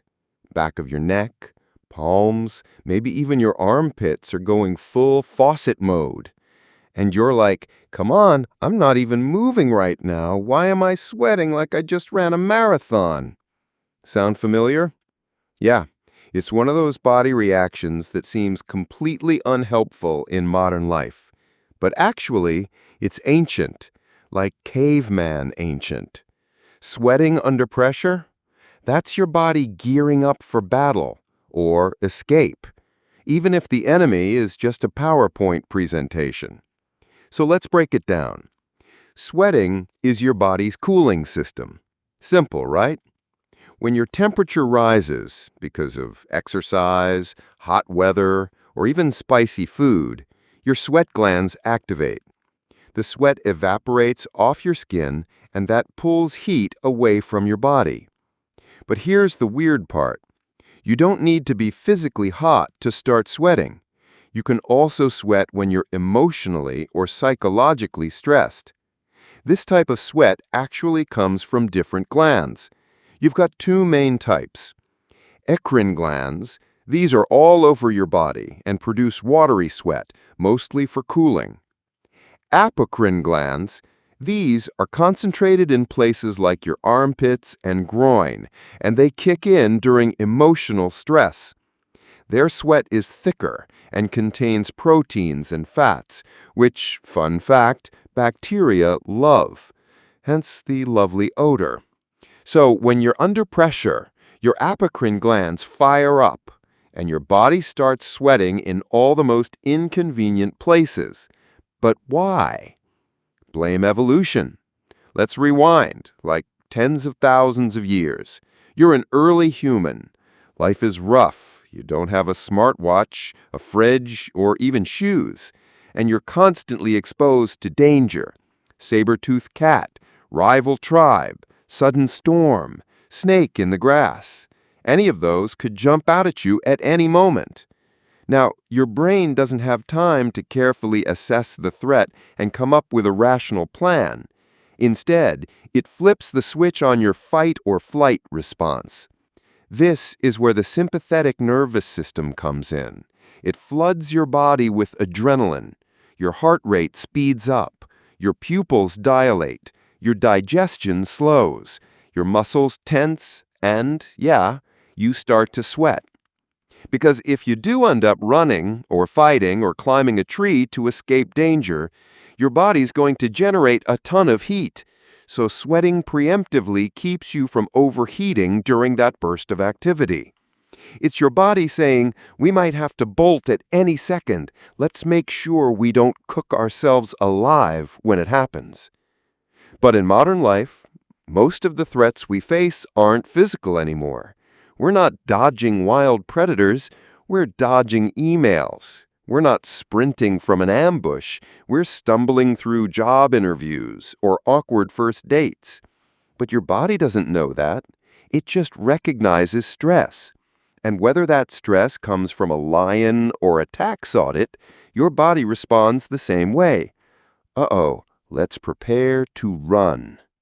And so the sweat comes, even though your biggest movement might just be awkwardly shifting in your chair. You've probably noticed that stress sweat smells worse than exercise sweat, and there's a reason for that, too. Remember those apocrine glands? Their sweat contains more protein and fat, which gives odor-causing bacteria a delicious buffet.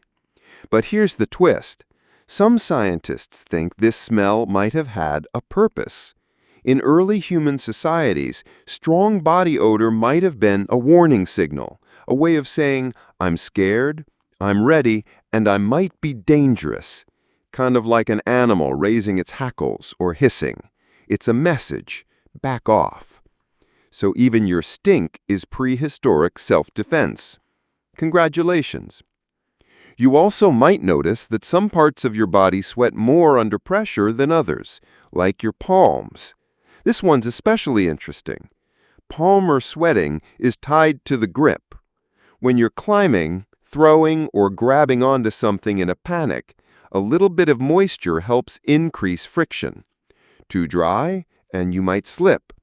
Too wet, and you're dripping. So just enough palm sweat is the difference between holding on and falling off. This was crucial in ancient environments, gripping tree limbs, rocks, or even weapons. That clammy hand feeling before a big speech? Yeah, it's literally your body prepping to cling to a cliff or fight for your life. And it doesn't stop at hands.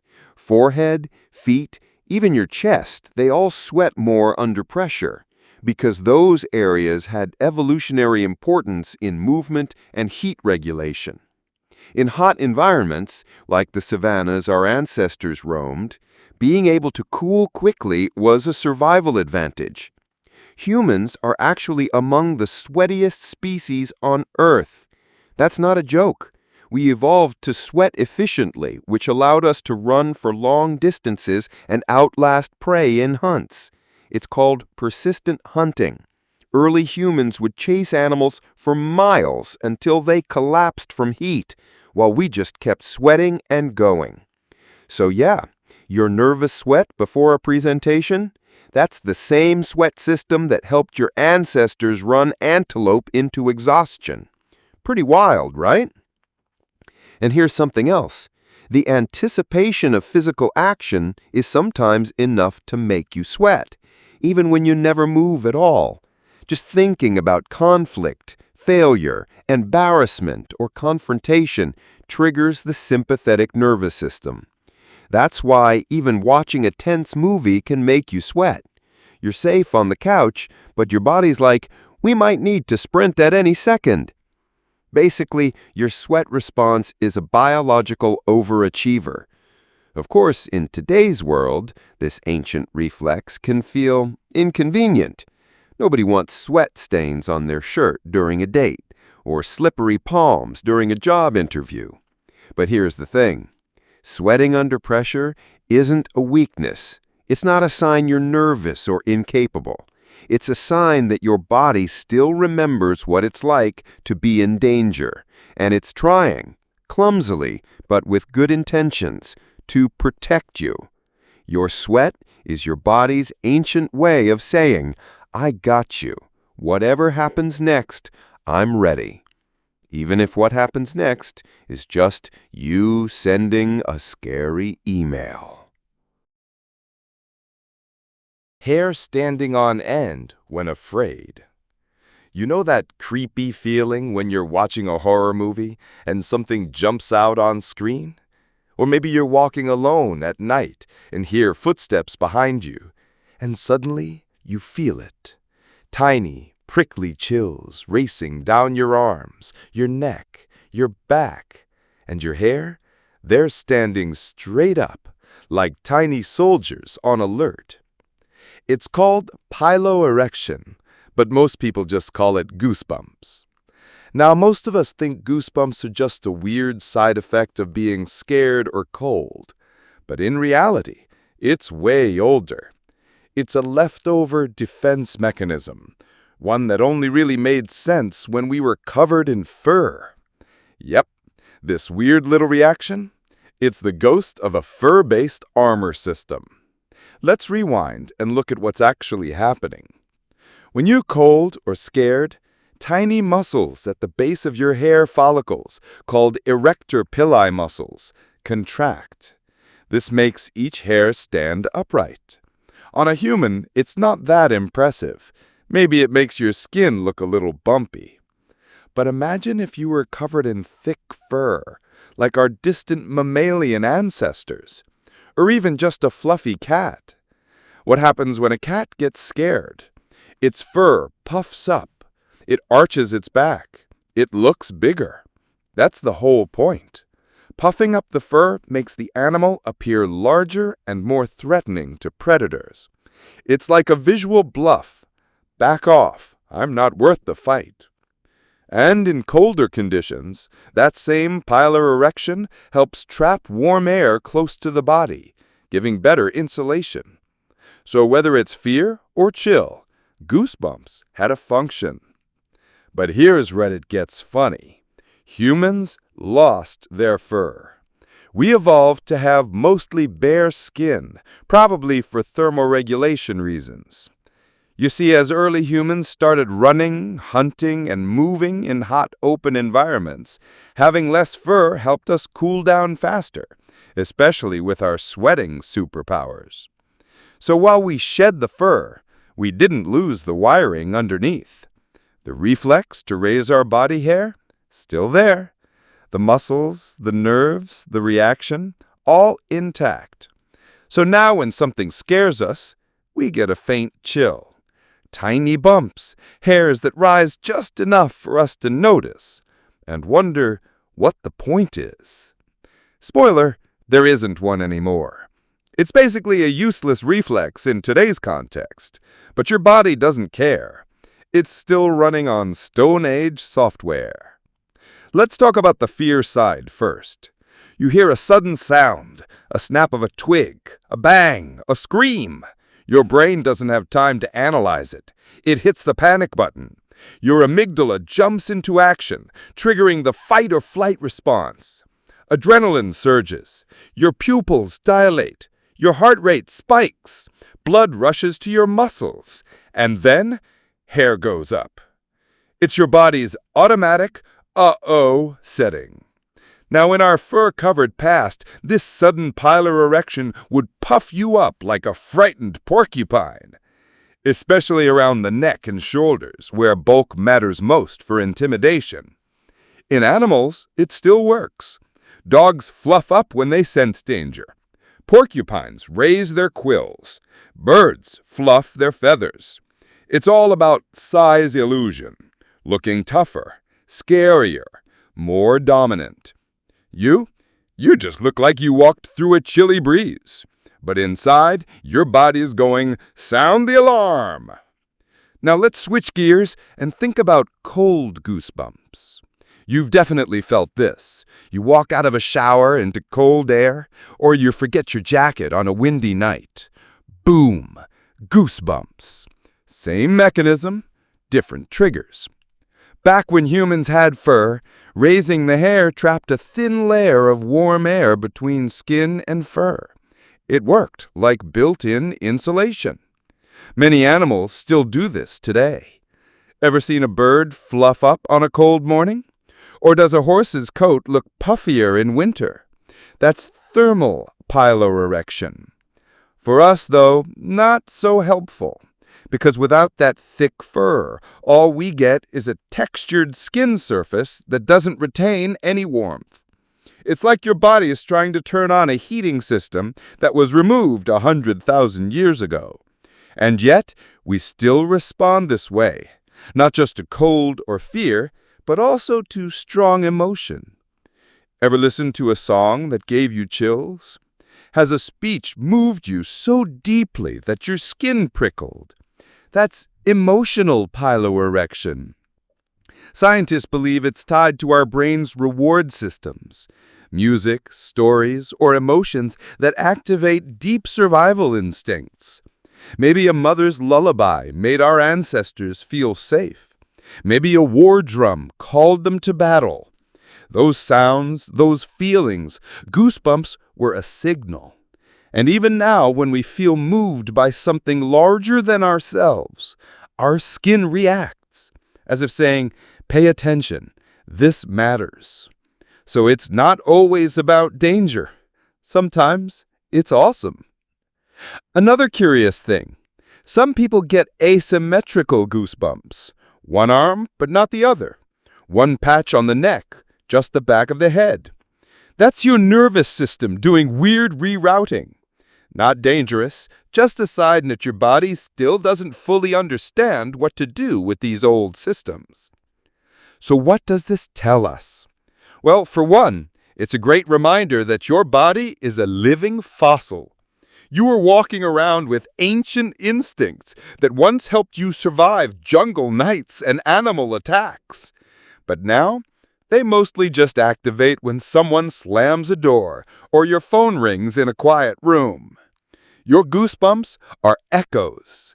Echoes of a time when looking just a little puffier could mean the difference between life and death. So the next time you feel the hairs on your arm rise, don't just dismiss it as a fluke. Your body remembers things you don't. It's whispering old survival songs into your skin.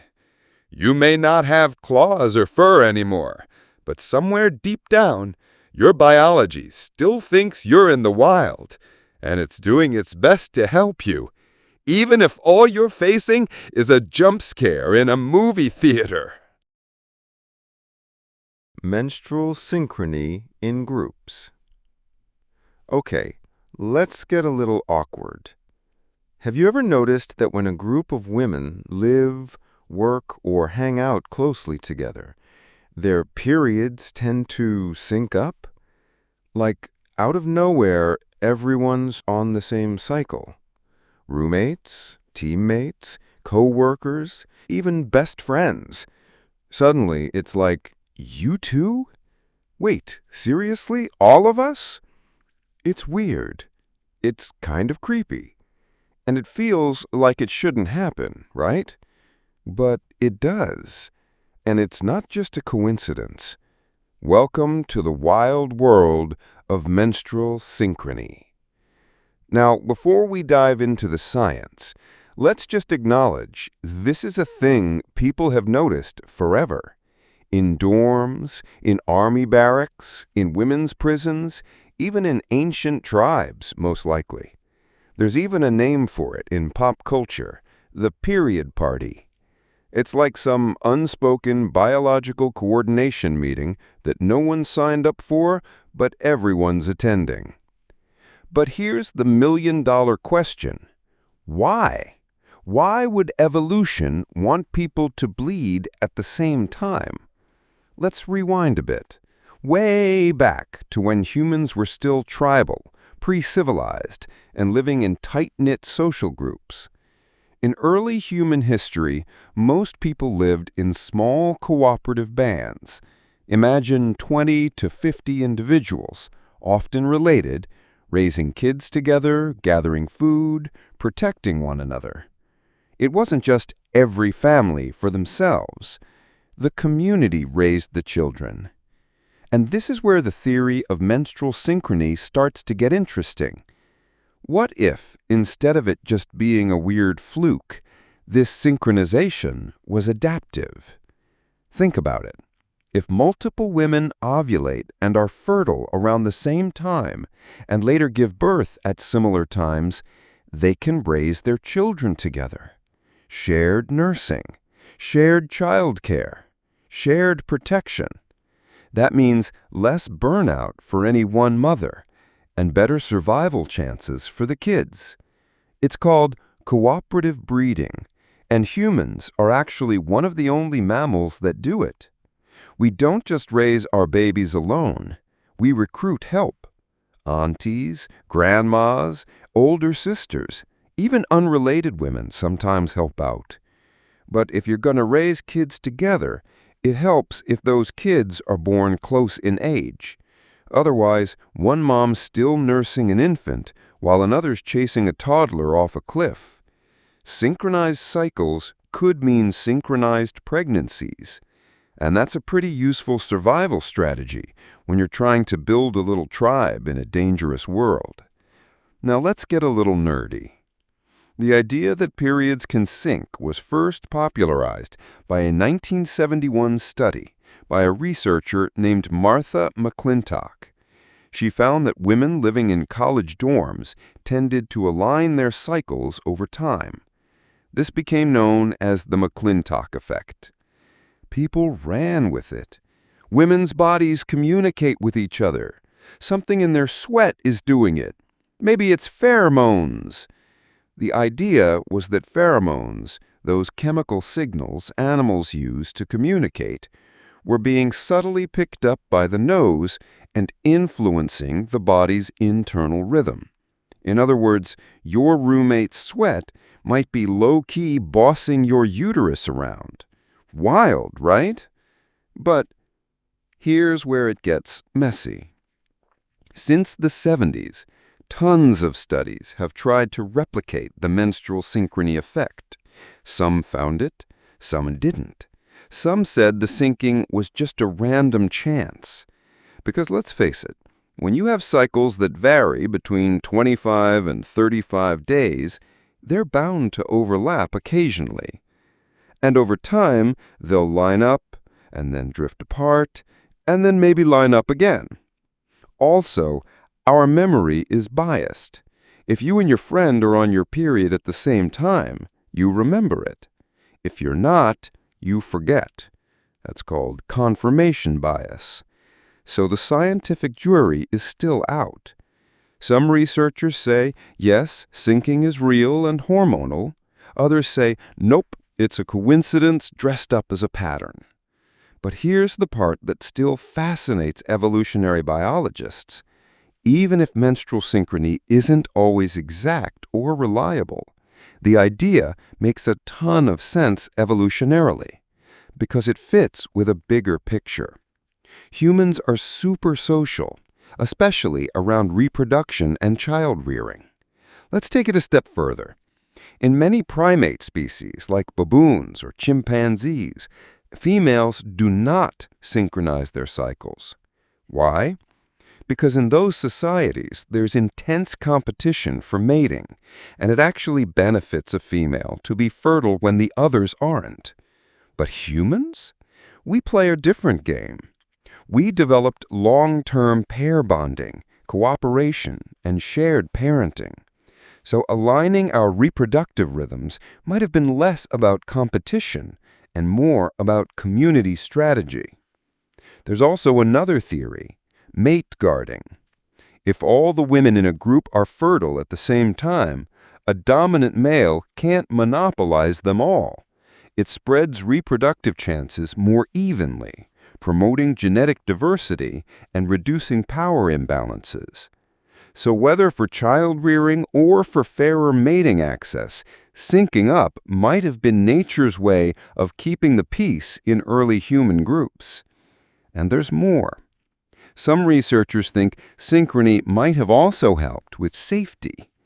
In ancient times, menstruation could mean physical vulnerability. Blood attracts predators. Cramping makes you less mobile. But if multiple women were menstruating at once, they could support each other. Stay in one place. Protect the group. It's like nature said, let's just rip the Band-Aid off and get it over with together. Pain in numbers. Misery loves company. You get it. So where does that leave us? Well, menstrual synchrony might not be scientifically bulletproof yet. Some studies say yes, others say no. But the fact that it's so common and so noticed means it's probably more than just myth. At the very least, it shows how deeply social our biology is. Our bodies don't just run in isolation. They listen. They respond to hormones, to scent, to stress, to community. And maybe, just maybe, they remember a time when synchronizing cycles helped us survive as a species. Not just to have babies, but to raise them together, to share the load, to build a tribe. So the next time you and your best friend end up riding the crimson wave at the same time, don't shrug it off. That might be 10,000 years of sisterhood echoing through your biology.